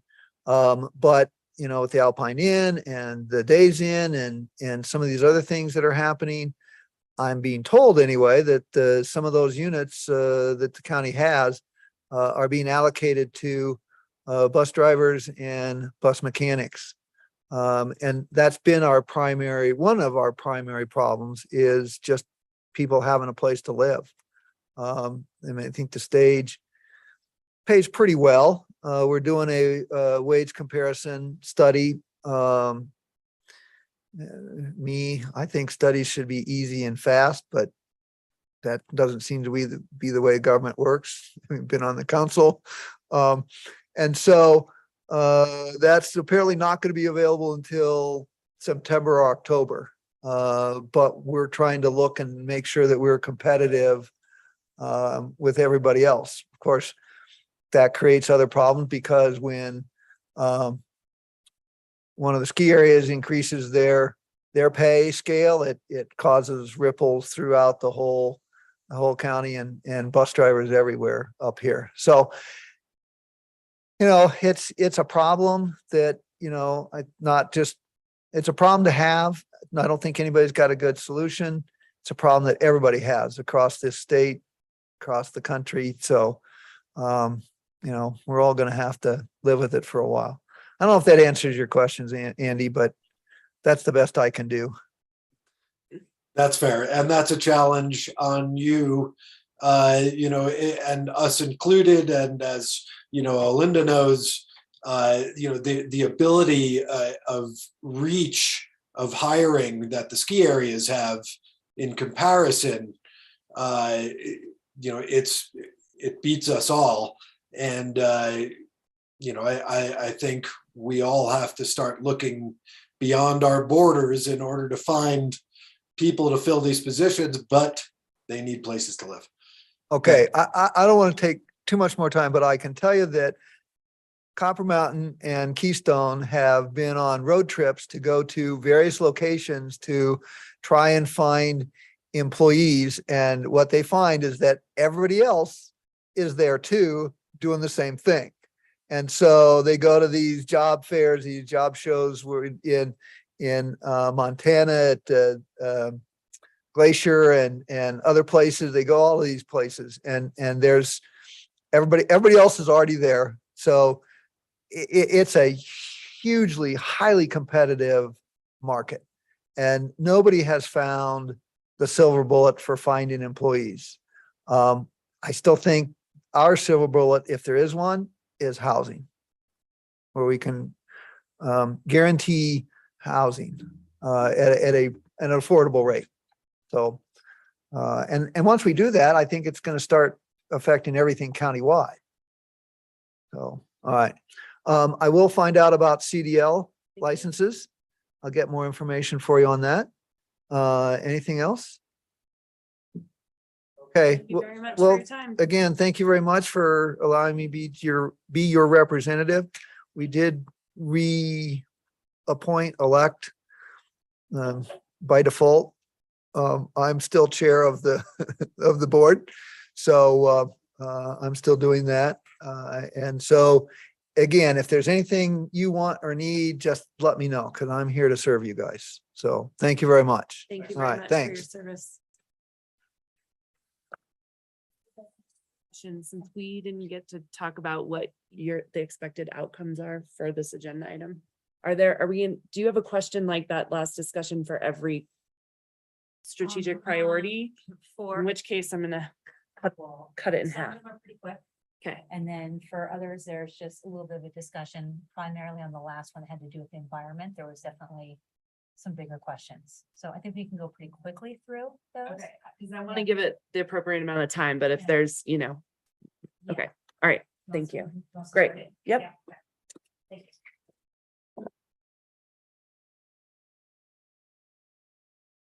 And Lisa, I just got some feedback too. When you speak, if you can speak into your microphone, that would be great. Then everyone can hear you too. Thank you. Okay. Let's see. Moving forward here, culture, arts, and recreation. Like I said, I think some of these will go pretty quickly. The measurable milestone goals. First one, as it was initially written, was implement and review the Parks Master Plan. Change that to reflect what the plan was actually called. So review the Neighborhood Parks Plan and priorities with council by August of 2022. So we'll actually already have that on as a work session on August 9th. The second one was to, as it was written, was revise the Pioneer Park Plan to add a basketball court. We changed that to say revise the Pioneer Park Plan to propose a basketball court by October 2022. I think first we'd like to review the plan with you. We also realized that the basketball court was not initially included. It was not supported, I would say, as part of the original plan we did for this. We'd want to make sure we did some outreach to the neighborhood and the community as well before doing that. The last one was as part of the Trails Master Plan to build a path in front of Walmart by the summer of 2023. That's been part of the Trails Master Plan. And then we ran into some stumbling blocks with Walmart. Thank you to Vanessa for kind of breaking down those stumbling blocks, and I found a contact, and we're hopeful to move forward with that now for the summer of 2023. Questions on this? Did we miss anything? Any concerns? I'd love to just add in the strategic arts plan that we're already working on, that I don't know what their timeline is exactly as far as to be complete, but that's going to be in there. Yep, and that is already in motion at this point in time. You'd like to see it added though? Is that what I'm hearing? Yes? I would, considering this is culture, arts, and recreation. Yeah, good. Okay. Any other questions on this one? What was the Sorry. intent maybe to my colleagues for number one, just reviewing that plan? Is it just an update to get everyone on the same page, or are we looking at what are our budget priorities for 2023? Because to me, that's a bigger outcome than just reviewing the plan. Like, we could just review the plan. So what was the Funny, I think this is the group that Councilmember Elizabeth, myself, and Olinda kind of stumbled through. So I don't know if you have any insight into that one. Do you remember this one in terms of what we were looking for? I don't remember. Well, might I suggest then, Please. to keep this moving forward, is like, sure, let's review it, or we could review it on our own time. But I think the bigger question is, what, if anything, do we want to do in 2023? It's budget season. We need to know that. Like, what was phase 2 or the next step, or what did we already check off the plate? You know, Walter Byron, done, right? Phase 2, Walter Byron, working on it. Yeah, and if you recall from the budget, we actually put in there, I believe it was $750,000 per year, every year for this, but then we would come back every year and review what is it that we now want to be spending this money on? Is there money that we did not spend that needs to be potentially moved into the next budget year? Does that then change the priority then too? Does Pioneer Park become a higher priority than maybe it was in the past? So that kind of stuff. Perfect. Yep, So good. maybe just comma and the rest of that. Okay, cool. And the art, the Art arts 10, yep. plan as per Andy. Okay, great. Good. Awesome. Next. Thank you. The next one being community. And on this one, the measurable goals, you've got 4 of them on here. The first one, have 30 deed restricted units completed or in process by 12/31/23. No issues with that. Second one, review and remove inequitable policies and include inclusive policies to the HR policies and town codes by the end of this year. Did not have any issues with that. 3, implement the countywide childcare tuition assistance by September 1st of 2023. I will come back to that one momentarily. I'm going to have Leslie will do a little bit of an update on that one. And then the last one, develop initial plans. We did add in a date here of October of this year for a loan program to help residents in financial need make necessary repairs and be able to stay in their homes. Yeah, and if you recall, that was Councilman Member Erickson, you had that as a kind of an addition to that list. And so I was jotting it down. Did this capture what your intent was there? Or what your Yeah. thought was there? Okay, Yeah. great. It's good, thanks. Number 2. Please. So I feel like maybe is a little pressure. Can we put something in there like equitable policy / language? Because the policy may not be inequitable, it just the language Sure. seems right. Make it seem Yep, most definitely. And then regarding the childcare tuition assistance bullet. So regarding the Frisco portion of that as it currently exists, you might recall on March 8th, you all authorized an IGA with the town of Breckenridge in order to allow us to have such a program. That resolution, or sorry, that IGA states that the standards and requirements that were set forth may be amended by Frisco from time to time by giving written notice to Breckenridge. That criteria that's described in the IGA includes that family must earn less than 150% of the AMI. On April 12th, after we did that, the town of Breckenridge, their council updated the program criteria to a phased approach that instead of having this cliff that kind of drops off at 150% AMI, that phased tier approach goes up to 180%, at which point you wouldn't qualify. But additionally, at 180%, it's that phase is 20% of the income must be spent on childcare. So you're really just phasing yourself out there. So the question to council would be, do you wish to match that Breckenridge criteria that we are hoping will eventually be the countywide criteria for childcare tuition assistance? Yes. I feel like I should disclose that I am in this category, so I will. If I'm weighing in, I'll let my colleagues do that. Subject to seeing it as a proposal, sure. I mean, it seems like our direction should be, yes, let's look into this, and I don't know what we. So if you gave the okay to change the criteria at this point, then we could reopen the application for the 2022-2023 school year and allow Breckenridge to continue to accept applications on behalf of Frisco by giving your approval here to change that criteria. I guess I could also Imagine, my view, I can't imagine we wouldn't, but I don't think this is the right place to ask that question. You're okay. asking to change, I just feel like this is a strategic priority and you're asking a very specific policy change on a specific program. So Okay. I don't have a problem with ultimately saying yes, but I don't think now's the time to do that. Just because. Oh, it just seems weird. So it was, It seems. yeah, my not discussion. weird, but wrong. My discussion with staff last time was that we would see a memo proposed as an agenda item, so that's not where this is in the discussion either. So if you're more comfortable having it brought back in that form, then we can make that decision there. But I don't think what you're saying in that is that you're not supportive of considering it. Oh, I You think, just, I just don't think now's the time to, It's just somewhat of a timing issue. We can bring it back to you in August. is that going to impact people's ability to utilize the program?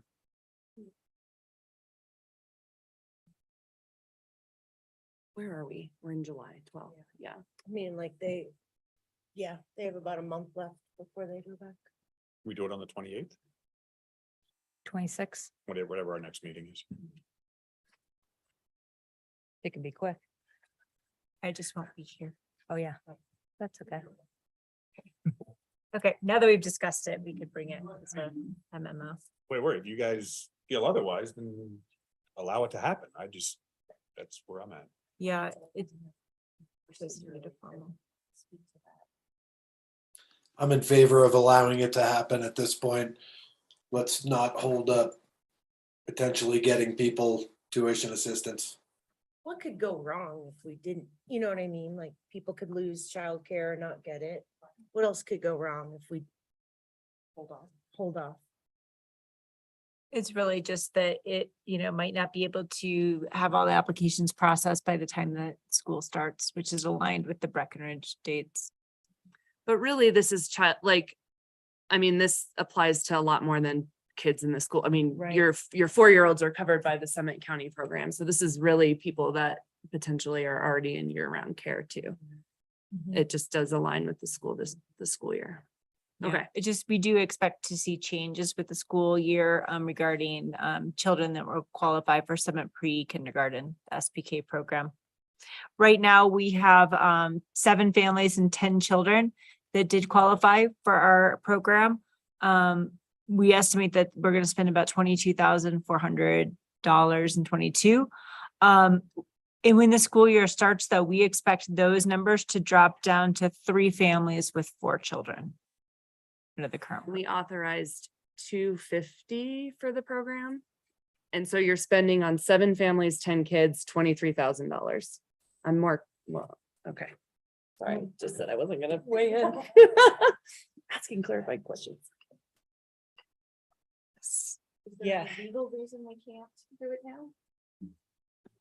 The agreement says that the town of Frisco can change the criteria from time to time. The conversation I've had with Leslie is that who the town of Frisco is ambiguous in the agreement.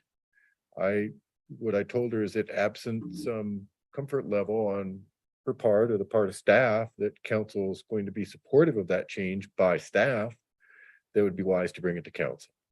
But that's a policy political question and answer, not a legal one.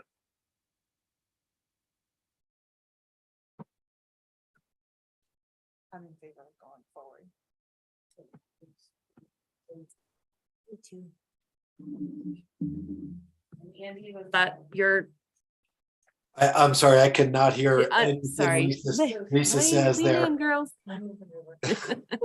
But I'm fully in favor of however we get more families involved in this program.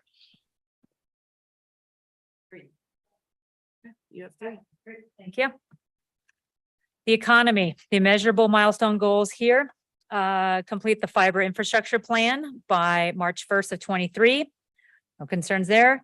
Decide by September 1st if Frisco leaders are trying to expand or contract its economy as part of the budget process, the peak day management plan. I'll come back to that one.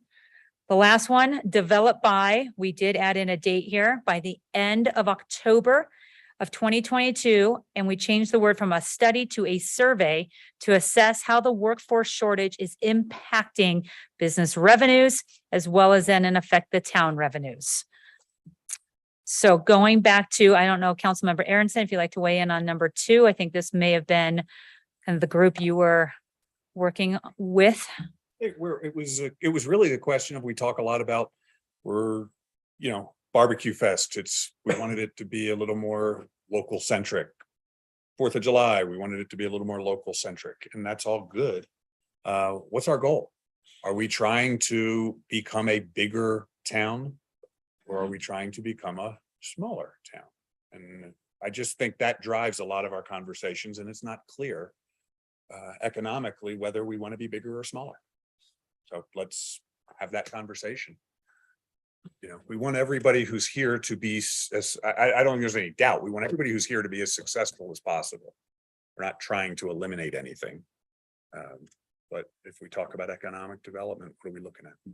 Okay. So looking ahead then, is that, I'm assuming that would be more like a work session that we'd be looking at in order to have that discussion. Does that sound right? Yeah, and I would say September, it's as part of the budget process, which is why I don't know if we had the September 1st conversation before. It was on there, yep. Okay, We might want to make it a little bit later. I think it's just as part of the budget process. Okay. So the timing isn't as specific. Any questions on this When one? we're talking about number 3, developing a survey, is that something you're talking about doing internally and getting out to businesses, or are we actually gonna do some research? Like pay for research? Internally, weren't we? I think we're thinking internal, develop whatever, whether it's SurveyMonkey or whatever else it might be, just to get an idea of what that is.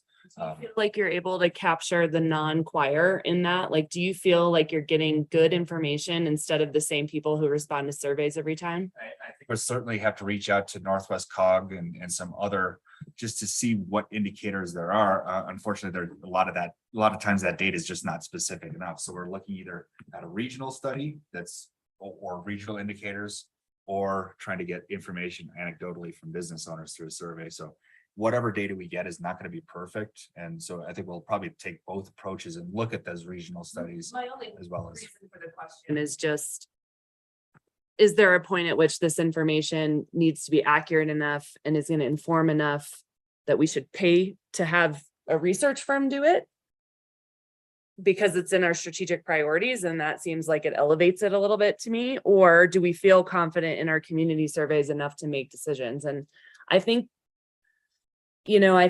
and I'll just use the Promenade example because it's the last thing we surveyed the Jesus out of.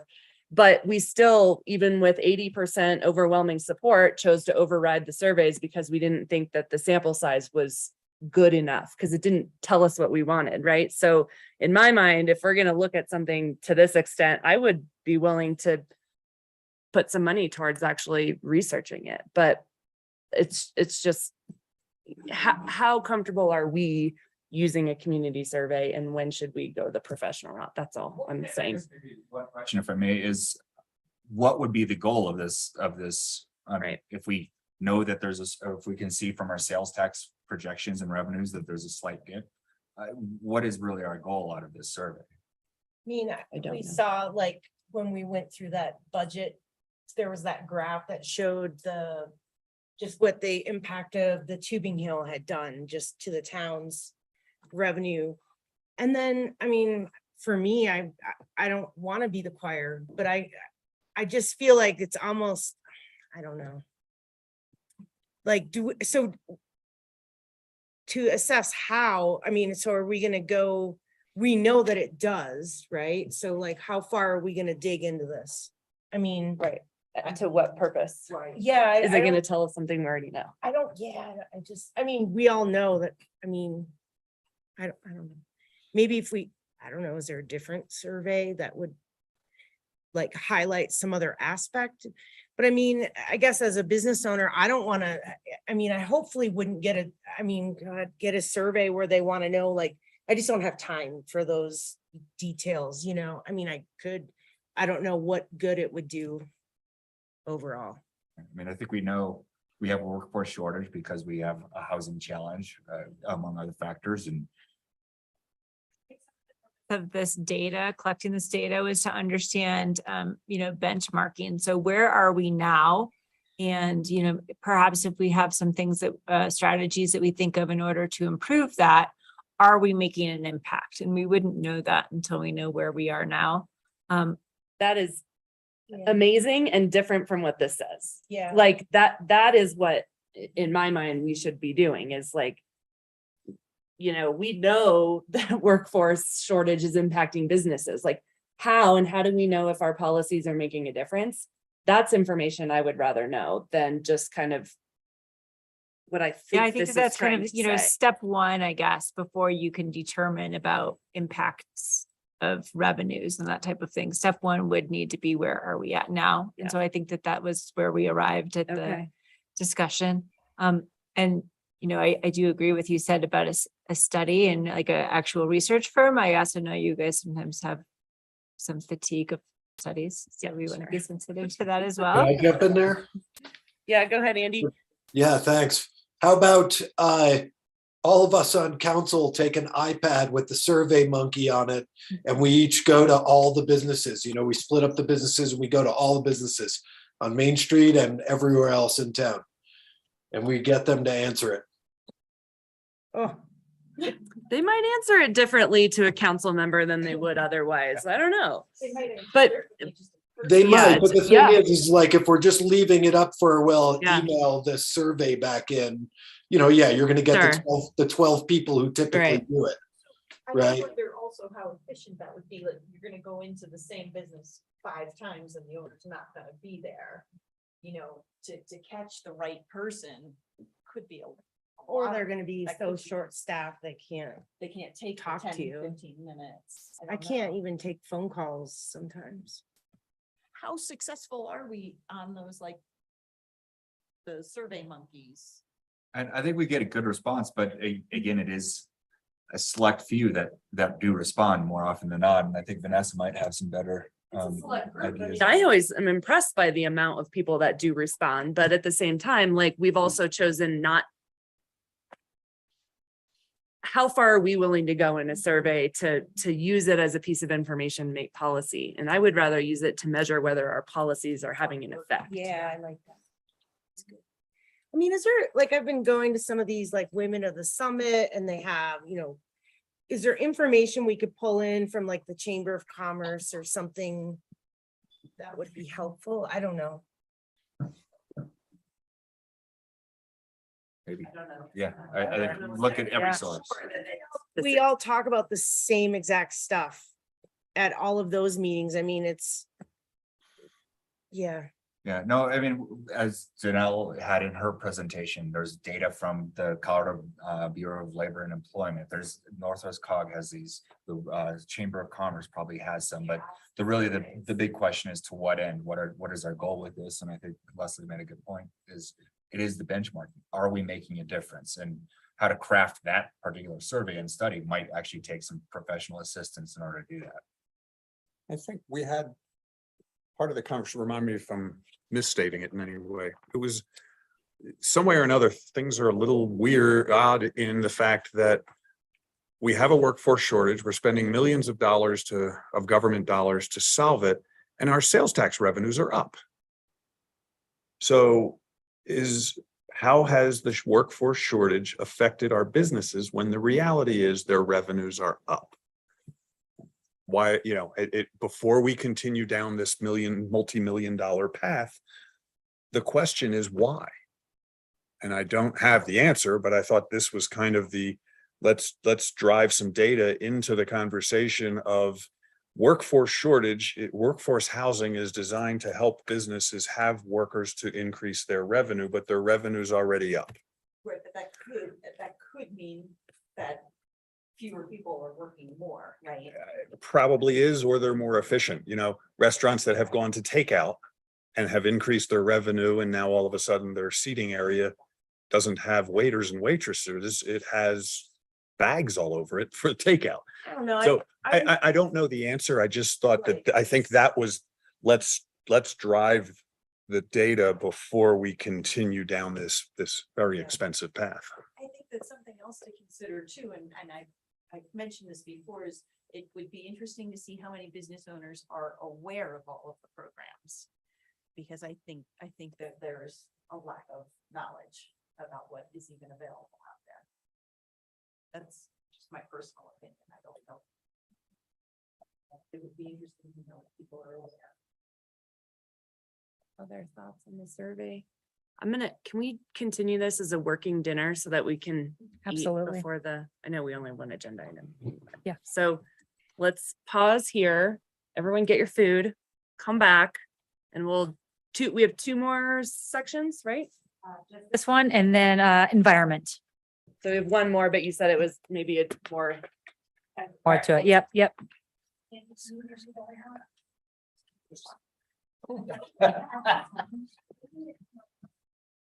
It's on.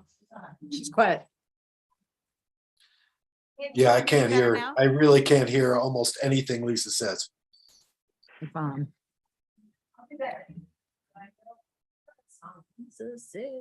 What? That was still not better? Come on, I'm being loud enough now, right? Oh, well, that's much better right there, but Okay. that's not where you're talking. I'm gonna use my teacher voice from now on. That's great. No, there's nothing on there that changes anything, Elizabeth.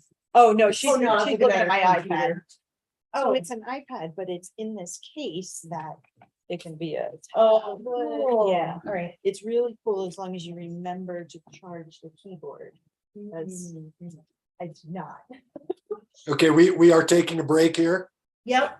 It's a working dinner, Andy. They're grabbing their food right now and coming right back to the dais. Okay, thank you. You're welcome. David, there is so much food, please.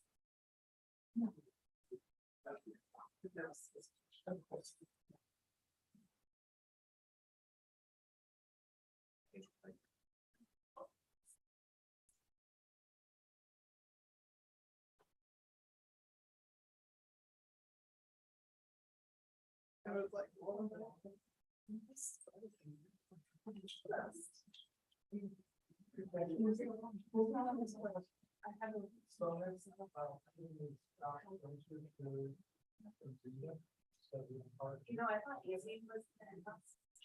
You can follow up. Are you gonna be spoken? Yes.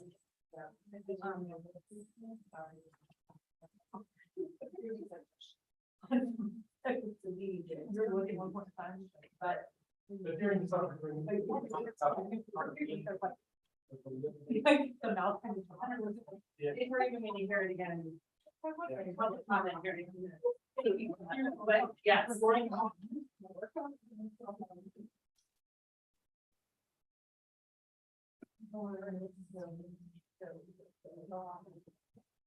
We're still gonna have to.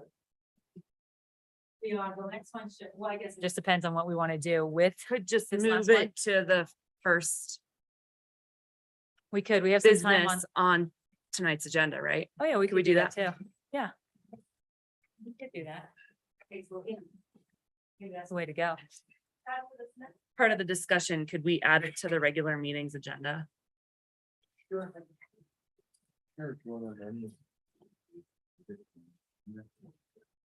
Or just saying.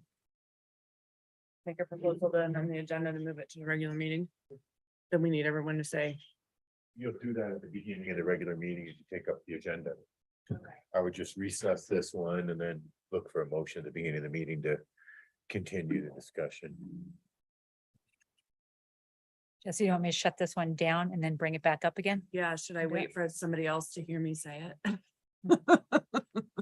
Or just recess it without anybody knowing? Absolutely.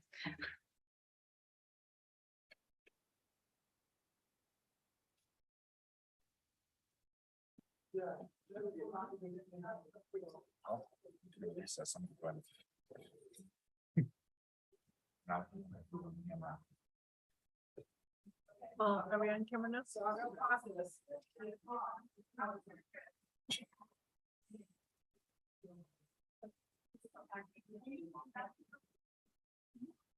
Andy, I am hearing that we're pausing for 10 minutes.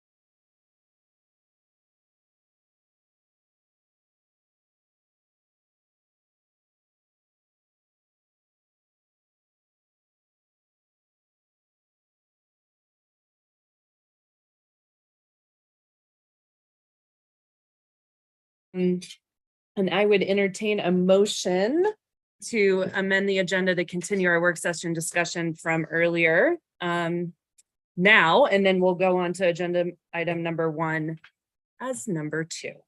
So I move that we continue the work session as agenda item number 1 and move the currently posted agenda item number 1 to agenda item number 2. thank you. Do you have a second? Great. Do you need a formal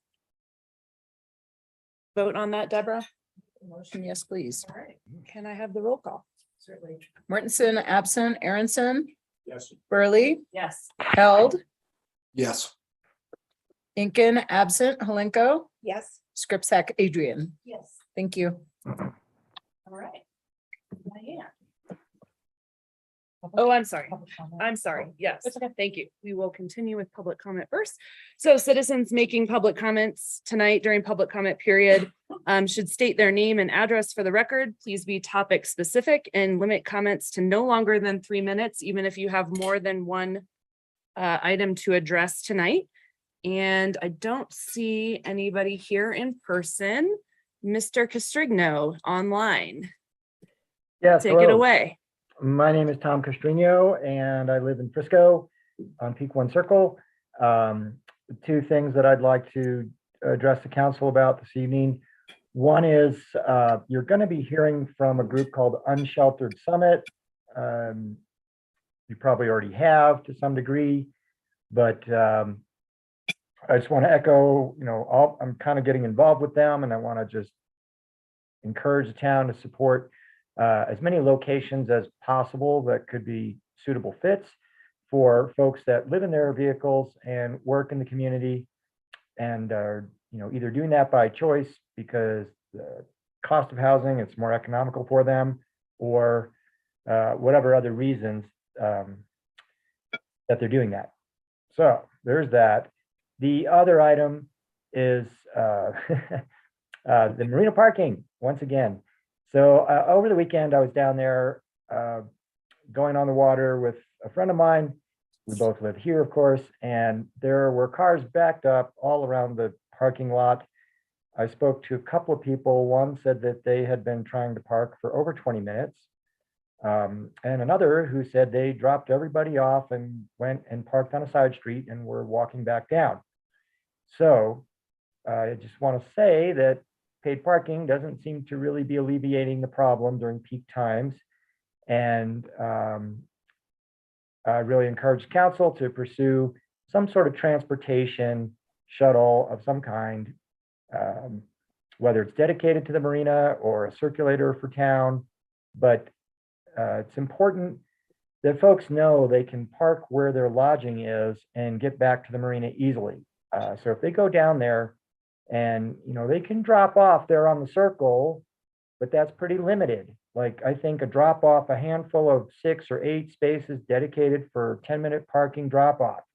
So they can unload their stuff, not worry about being in the way with their vehicle, maybe inflate their SUP and, push it over by the boat launch and then go get rid of the car and come back either on bicycle or a shuttle, that's doing some sort of, whatever, either from a designated parking area outlying or circulating through neighborhoods, and kind of a trolley type thing where people can get on, not at a designated stop. Maybe that's only on side streets. I don't know about Main Street or not, but something that makes it really, really easy. And then, of course, an education campaign to promote this whole business. But I just want to say that paid parking doesn't seem to be alleviating the symptom. I'm not surprised. I really didn't think it would. So we need to do more. And those are my comments on that. Thank you. Thank you very much. We appreciate your time and your feedback. All right. Have a good Thank you evening. for the reminder of public comment. Over to mayor and council comments. Council? This is usually when former Mayor Wilkinson would congratulate everyone on a fantastic 4th of July, Frisco's fabulous 4th. I will say I was down at the parade. My 4-year-old still doesn't understand what getting candy thrown at her meant, but she was very excited. It was falling from the sky. My only feedback or piece of comment was it was pretty quiet, even with our awesome marching band. I happened to be on like a half block where they marched past and then played somewhere else. And the rest of the parade was really awesomely quiet because there were no motors and horns and all those things we were trying to avoid. But it could use some jazzy jazz, a little bit more noise. But it was otherwise lovely. I hope you guys had a good, safe 4th. How were the fireworks, Chief? Were there any? Well, we got some calls, but Yeah. we put out that public ad by the fire department. You can't shoot them in the air. There was some. That was Great. It was completely. I- It was completely different.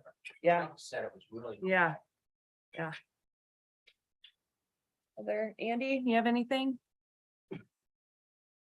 All right. Say something about Yes, this please. July? I think it'd be really fun in the future to encourage man-powered floats.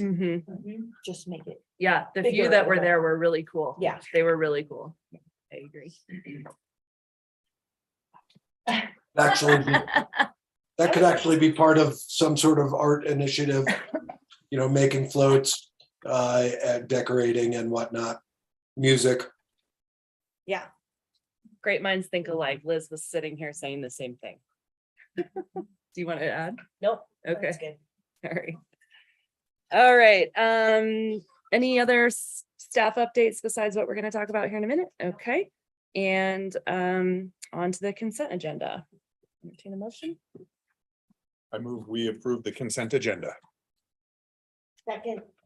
Moved by Councilmember Aronson and seconded by Councilmember Scripsack Adrian. May I have you call a question, please? Aronson, Yes. Burley, Yes. Held, Yes. Incan, absent, Halenko, Yes. Scripsack, Adrian, Yes. Mortensen, absent. Thank you. All right, so with that, the new agenda item number 1 is a continued discussion from our work session earlier, and we will talk about our final environmental strategic priorities. Over to you, Diane. Thank you once again. Good evening, everyone. It's good to see you again. Thanks for a little pause there. Let's see. I want to make sure we had clarity around number 3 under the economy. I'm kind of putting it back there at you to make sure I wrote a lot of notes, but I'm not sure. Yeah, feel clear? No, clear? No, yes. I think what we're wrestling with is the word survey. Like we want additional information to assess how the workforce shortage, whether it comes by way of survey or study or some other means, even a cast report, but some way or another of let's get more information on that topic. Does that reflect what we're talking about?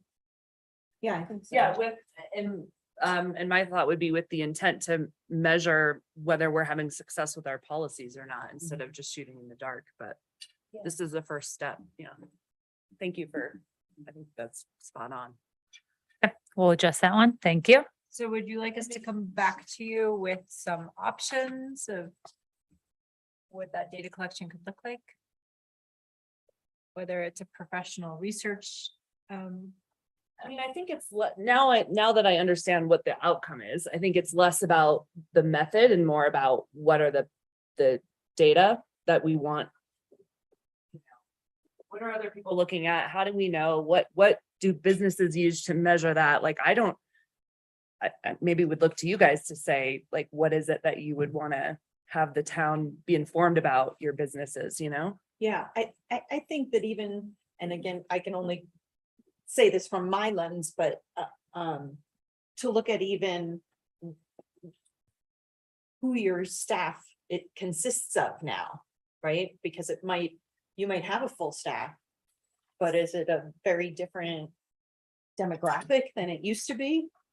I just know that's the case for me, and so I don't know, maybe that's across the board. I don't know. I also think this is not Frisco's problem. This is the entire United States and probably Yeah. partially the world's problem. So this information might be out there in article study form, we don't need Frisco specific. We just need In general. in general information on what's going on. And again, I'd like to investigate, like, do business owners know about these programs? I think that's important. Because they're not gonna work if people don't know about them, right? Is that better? Did we get closer to clarity? It's worse. We may come back with some questions, but I think we can, it's a starting point. Feel good about that one? Yeah. Okay. Okay. The last one, environment. So we've got two categories under the measurable milestone goals here. And I will probably even ask, Vanessa was part of this subcommittee with Mayor Mortensen. And then Dawn has also had a chance to look at this and weigh in from the environmental perspective and with our staff on maybe needing to make some adjustments to this. So the first category was the elimination of single-use plastics. And everything that is written on here is as it was presented to you from what the feedback was at that meeting on June 20th. The four, as you can see in front of you, one was to budget for boomerang bottles by the end of this month. The second was to approve a single-use plastic water bottle ban ordinance by the end of September. The third one was to buy a couple of these boomerang bottle stations by January 1st. And the fourth one was to implement all of this by the end of June of 2023. And so definitely, so that is as it was written. I'm not sure if anyone wants to weigh in a little bit on that. And then we can talk a little bit maybe about what does that timing really look like? Is that a feasible time to get all of this accomplished? Should we potentially be researching the feasibility of doing this first, or kind of where do we stand on this one? And I can even just open it up for discussion if you guys would like to start there. Could you talk about, or anyone, like how, I guess the single-use plastic water ban, like, I'm not against it. I just don't know the process of going into there. Does that mean? No one has done it yet. Let me start there. In this, well, there's other communities that have like a bottle deposit fee, things like that, that disincentivize bottle use, but that's not what this is. So in the state of Colorado, to my knowledge, there has been no community that has done single-use plastic water bottles, or for that matter, beverage bottles. So new uncharted territory. Now, go ahead. I mean, I guess, like, say you own Loaf and Jug. Like, I just don't know how that's, I mean, everything in there is plastic, you know? Indeed. So I don't know. I think that's the problem. Yeah, no, I mean, so how it worked with plastic bags is the nearest example that we have. We said it costs 25 cents, you can't do plastic. Sorry, paper costs 25 cents, you can't do plastic, and they just changed how they ordered materials. I think on the water side, obviously there's a little bit more at play, like more broadly speaking, but you know, do you just want to target water? Why not soda cans? Yeah. Why not everything else? And so I think we've seen, so Steamboat Resort on Mountain got rid of all of their plastic bottles, beverage bottles, all of them. And so, you know, it can be done. They were able to work entirely with Coca-Cola as their supplier. So they had one supplier versus all these businesses that use different suppliers, but it does go down the supply chain. I mean, it's got to be on everybody. So it's not an easy lift. I'll just stop there and let you go. I'll add to it and say that we probably couldn't have a worse time to have this conversation. So I'd suggest we remove item 2 until a little further down the road. And this, you know, the person who drove this category isn't here, so I don't want to, but I did look into what a boomerang bottle is, because I, of course, had no idea when we were sitting at the meeting, and I think that's, Here it is, everyone. it's an interesting discussion.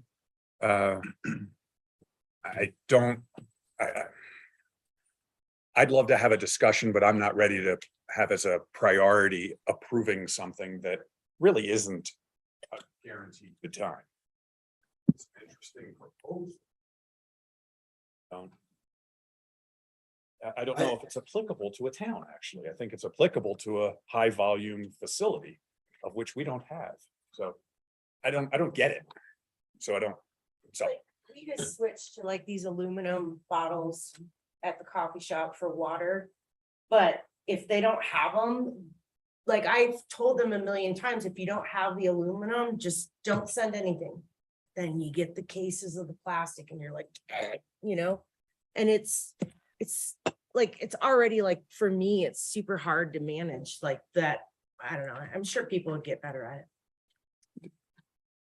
I'm a little bit in agreement with Andy, at least for our strategic priorities at this point. You know, that this is a much bigger discussion. You know, how does this affect Loaf and Jug in particular, right? You know, compared to, right, you know, I mean, most restaurants, yeah, they can do without doing plastic water bottles. Granted, lots of restaurants complained about plastic bags that we were implementing. So, you know, this is a much bigger discussion that we're not going to answer, I believe, right now. That's for sure. I'm really interested in how many categories do we have under strategic priorities for the environment with measurable milestone goals, because this is just like one little thing. And I feel like there's a million things that could be in here, at least as categories. There's two categories. So this being the first, being the elimination of single-use plastics.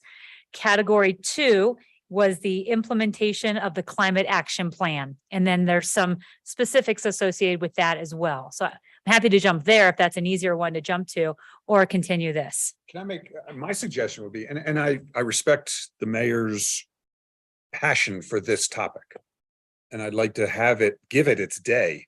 So our strategic priority can be having a workshop conversation, having it agendized as a workshop topic by some particular date. And I'm all in for that because it's been floating around for long enough that let's bring it to the top. And there's some things even on this, I mean, the boomerang bottle stations can happen irregardless of a bottle ban.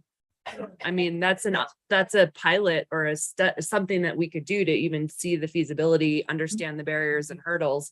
Because we're gonna, yeah.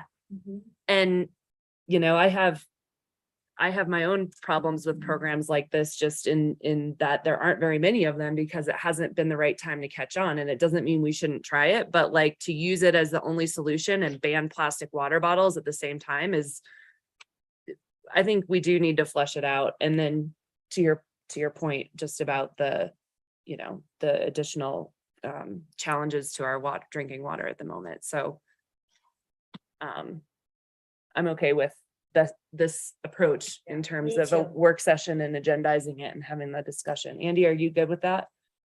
Yeah, I'm good with that. Thank you. Great. Okay, great. Then the category number 2 was the implementation of the climate action plan. So you'll see 7 action items associated with this one. I'll go through each one and we can comment either at that time or we can come back to them as well. The first one, on an ongoing basis, replace vehicles and equipment with electric vehicles and equipment. Any questions on that one? Great. No questions. I would like to see it plant, like you have a replacement schedule, you know what they are, like when do we put in an EV? Because they're 3 years out on the order and I think we need to start looking at where we can accelerate it and where on our heavy equipment, we don't have the opportunity to do it yet. So where can we make bigger strides where there's technology available? Yeah, very much like the Summit Stage guy was talking about, you know, partially on Jeff as far as, you know, what's reasonable. And, you know, and Jeff is raising his hand. You know, it's one thing for like a little RAV4 or whatever is going to be electric, but, you know, is every pickup truck to be electric and when can we get them and all? So I'm interested. Jeff? Hold on 1 second. I'm trying to get my camera going here. He's in the cloud. Yeah. I'll tell you what, I'm just gonna go ahead and turn off my camera because something's wrong, but yeah, we are currently working with XL Energy and Swatch Labs to track our vehicles and their usage and their dwell time and all of that. We are working towards that right now to be able to come up with a plan to properly exchange gasoline vehicles with electric. So that is moving forward as we speak. Awesome. I drove an F-150 Ford Lightning. It can do all the same stuff. It's a great vehicle though. So, but yeah, the lead time right now is pretty tough. Okay. Okay. Next one, budget for micro transportation pilot program by 720. So I think that was intended to be more for what looking at the budget and planning for that for 2023. I don't know. Don has been very instrumental in doing this. I don't know if there's anything you'd like to add to this one. Our staff has had a number of conversations with VIA, which is one micro transit provider. And they've provided an estimate for a 1 year, the first year startup and setup costs for Frisco for a micro transit. Micro transit, for those that may not be super familiar with it, it's an alternate to fixed route. It's not a point-to-point service, but it is a more flexible service. So it sets routes based on when people log into the app, just a really simplified terms there. So rather than going to your house, you might have to walk a block to where the microtransit will take you up. These are smaller vans, smaller vehicles, so they don't need CDLs. It's just regular people driving them. That said, there was a fairly substantial price with this, and any fees that you're getting for it, for ridership fees or whatever, it's a drop in the bucket of any revenue generation. So it's a pretty significant startup cost, like in the multiple millions of dollars on an annual basis for microtransit in Frisco, at least as we're getting started with this. So we can certainly set up another work session and have a work session with council on that if you'd like to get some additional information. As staff, we've had other conversations with, for example, the folks from the Breck Free Ride, just to talk about how they got set up, how they got started, how they're operating. And actually similar to Mr.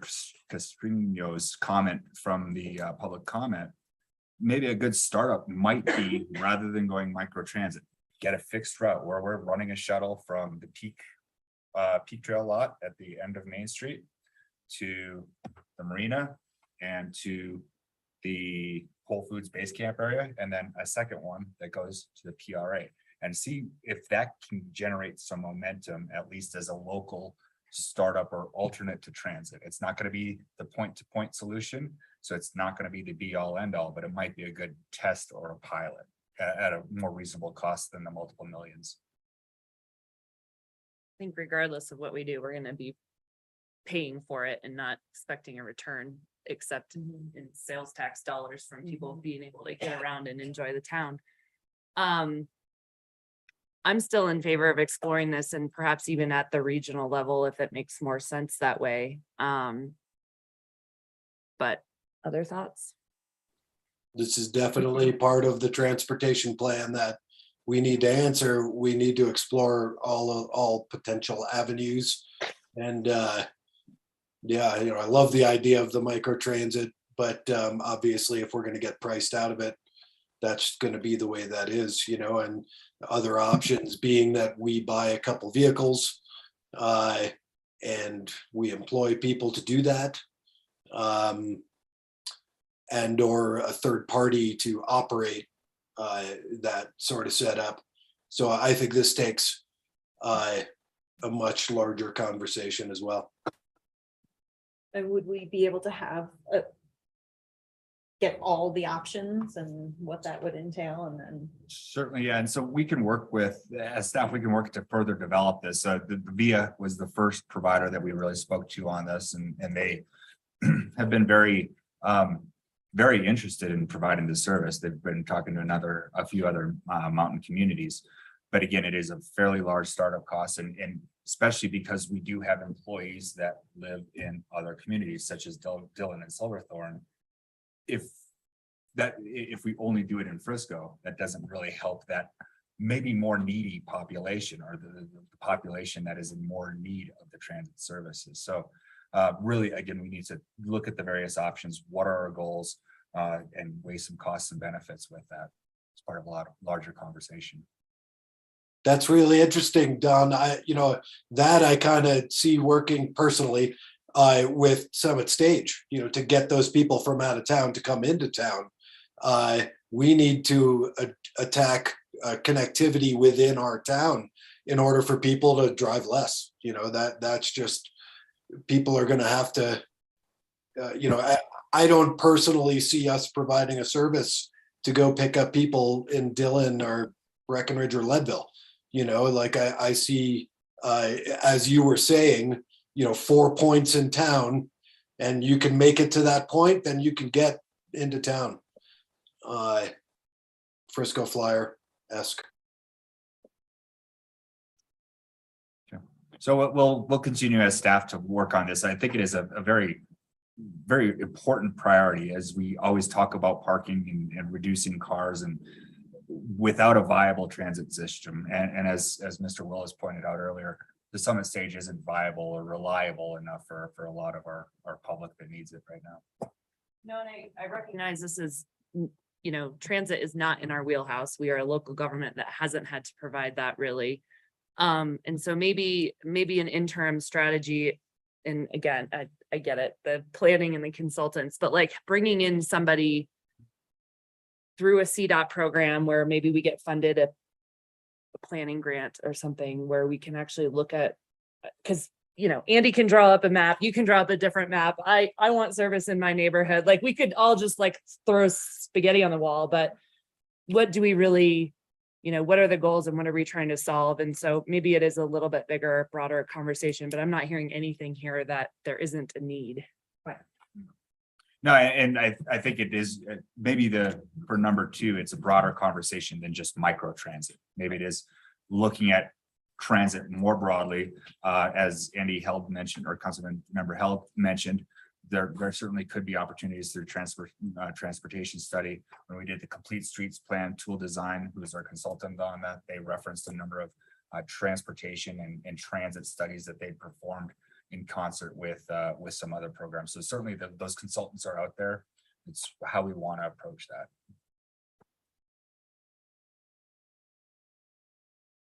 And That's great. who Again, has experience with microtransit? Mr. Fisher. Summit County, right. Utah. That's right. They have one of 2 programs I'm aware of, Jackson Hole being the other one. So perhaps we can learn a thing or two. What's fun? Push the deadline back to Yeah. after his arrival. Right. Not July And 31st. allow some dust to settle. Great. This was a 6 to 18 month plan, right? Was indeed, Yeah, so yes. that seems a little aggressive. All right, number 3. So number 3 and number 4, a little bit together here. One was taking the budget for solar, applying it to more buildings, other buildings in town. And then 4 was budgeting to do solar on Public Works building as part of the budget process for 2023. So we'd like to look at here would be, yes, to take any funds that we have in 2022, push those to 2023 and budget accordingly to get solar on the Public Works building for 2023. That would be the first goal. So it would change the way this is reading a little bit here, if you're okay with that. And then the next part of that would be we've done some of this before, but I don't think to the extent that we've talked about, would be to perform a solar analysis on the other town facilities to identify feasibility and cost to install solar on other town-owned facilities. Thoughts on this? Yes. No, go ahead. Go ahead. No, I don't have much to say. No, I think whatever buildings I are mean, most appropriate. How many times have we budgeted for Public Works? Like, why is that not done yet? Why does that keep happening? I think what we were just realizing is the budget, I believe, correct me if I'm wrong, for this year was about $50,000 Okay. for Public Works, and then we got a quote back that is closer to 300,000. Okay. So it's, at this point in time, it's significantly over budget. So, and also I don't know if we could actually get the timing of it to actually have it happen this year. So when we got that bid, it was, they said they couldn't even do it. It was $254,000 based on, I think, pricing in June, actually, maybe May. And they can't do it till next summer. So there's just limited availability for solar installers at this moment. Plus, under our purchasing policy, we'd actually need to go and draft an RFP because of the cost of that, rather than thinking we could just call somebody and say, do this. All right, I'm gonna be kind of hard on this one because I can't. So ultimately, it's our decision to say $300,000, yes or no. So we have talked about this building for like 4 years. And so whether it was truly budgeted or under budget or whatever, like, instead of it coming back in these questions about kicking it down the road, like, let's have the conversation and make that decision, just like we had to have the conversation and make it about Slopeside Hall. Like, those guys are 18 months behind. They're having a hard time too. Why are we saying no to solar just for the same exact reasons that we could be saying no to the CDOT project? You know what I mean? Like, this is a goal, let's get it done, or at least have the conversation where we're like, oh, it's too expensive. But I just feel like in this particular case, it's like kind of beating our heads against the wall. On the solarization for the other public buildings, like, that's an assessment that can be done for free. It's pretty straightforward. You use PV watts, you get some solar installer to look at it, doesn't take a budget. So we should be doing that too. Maybe that's I'd action agree. number one for Partners in Energy. Agree, certainly, and that's where staff, Hillary and I spoke about that, and that's where we suggested that rather than the rewording both number 3 and number 4, number 3 to focus on the public works solar, and number 4 are other town facilities, and just get those assessments started. Then we at least know. Exactly. What is feasible? Rough ballpark cost, so we can plan it for 23, 24, 25, whatever it takes. Then what I'm hearing, without hearing everyone else weigh in, I'll have you weigh in as well. But per Councilmember Jesse or Burley's comments here, would be to put some different deadlines on here whereby it would be issuing the RFP this year and see, like, as quickly as we could possibly could, and then looking at funding it this year to make it happen. Yes, I mean, without an RFP, like, we don't know what that number is, and we don't have a competitive bid. So I guess that's step number one, but Leslie, if you had another thought. It sounds like from the availability of people that it's probably going to be the 2023 budget, it sounds like, but then at least we can get the right number in the 2023 budget and be dedicated to getting it done. And sometimes when they know in advance that that project is happening next year, they can plan for it. You can order panels. It's a better lead time. Like, we might even get I don't know that for a fact, but we might even be able to get a better deal by saying we want it done next year. Yeah.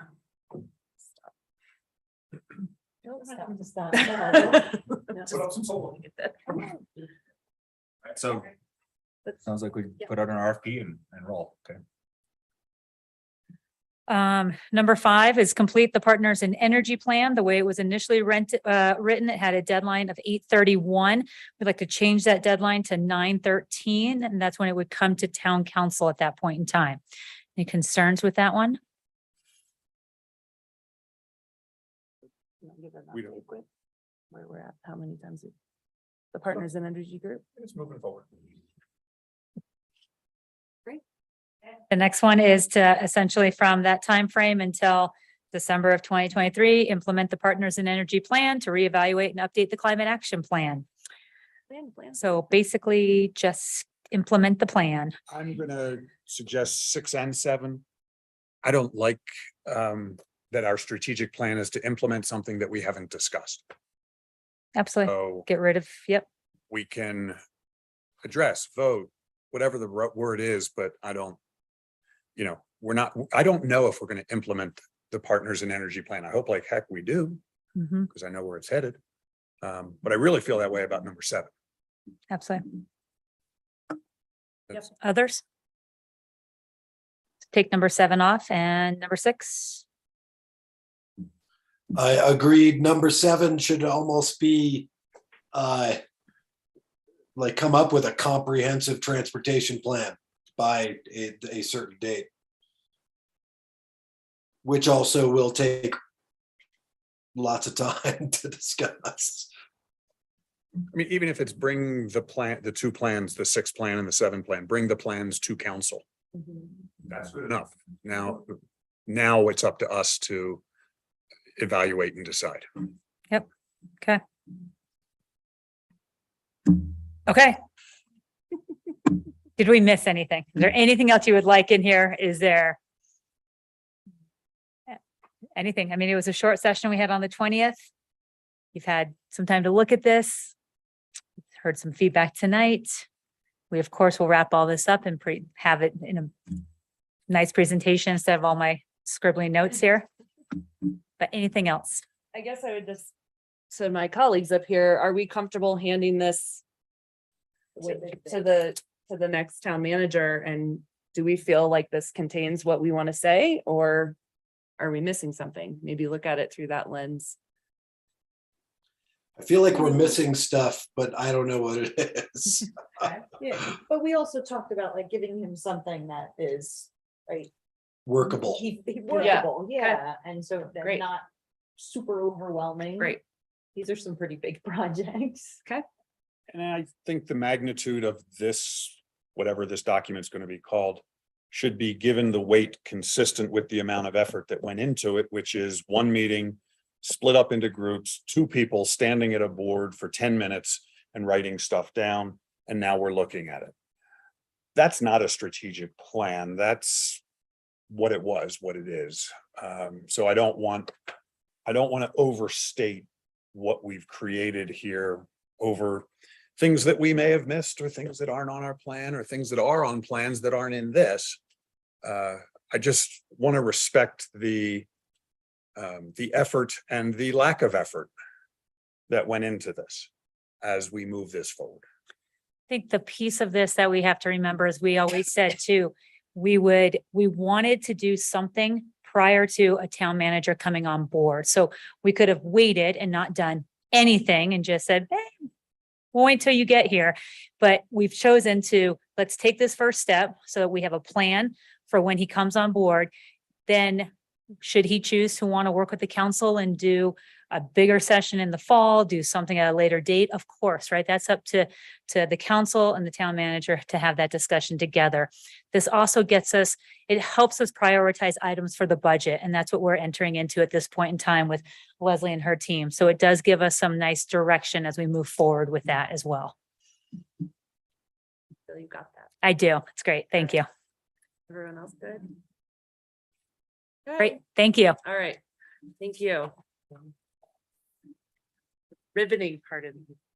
I'm just kidding. Agenda item number 2. This is a first reading of the ordinance 22-08, an ordinance amending chapter 9 of the Code of Ordinances, Town of Frisco, concerning bidding procedures and contract formation by amending sections 9-1 concerning formal bidding requirements, 9-3 concerning bid specifications, and 9-9 concerning an exemption to bidding requirements for coordinated purchasing programs.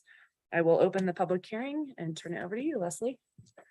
Good evening, Mayor and Council. So ordinance 2208 is a result of what was discussed at the June 28th work session. If adopted, it would add 2 main changes to our current town code.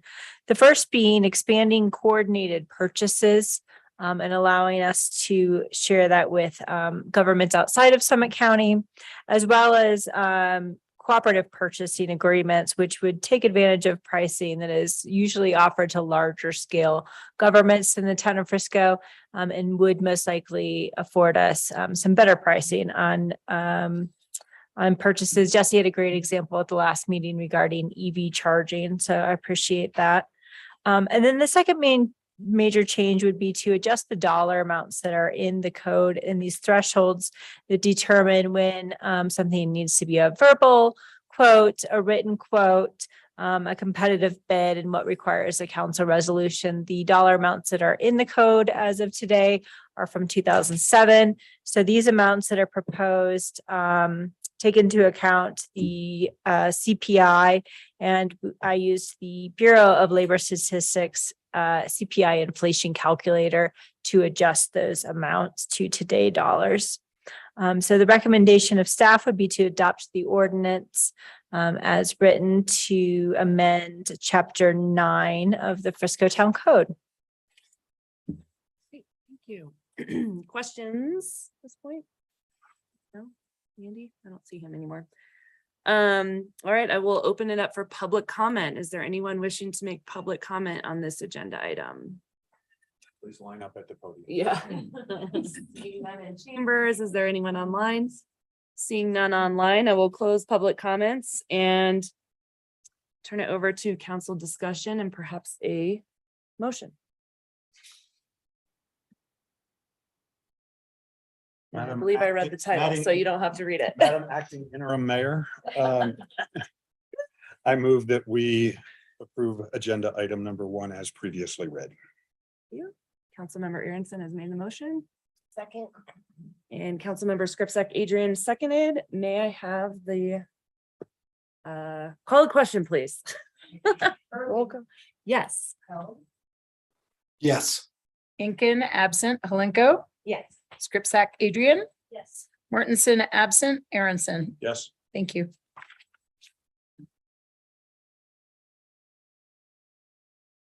Seeing no other business, we'll entertain the motion to adjourn. I move to adjourn. Are adjourned. Thank you, Andy. Rick said he was on a fire. Thank you. Hopefully Rick's all right. Sounds okay. This is like the earliest council meeting I've ever been a part of. Welcome. No, I'm kidding.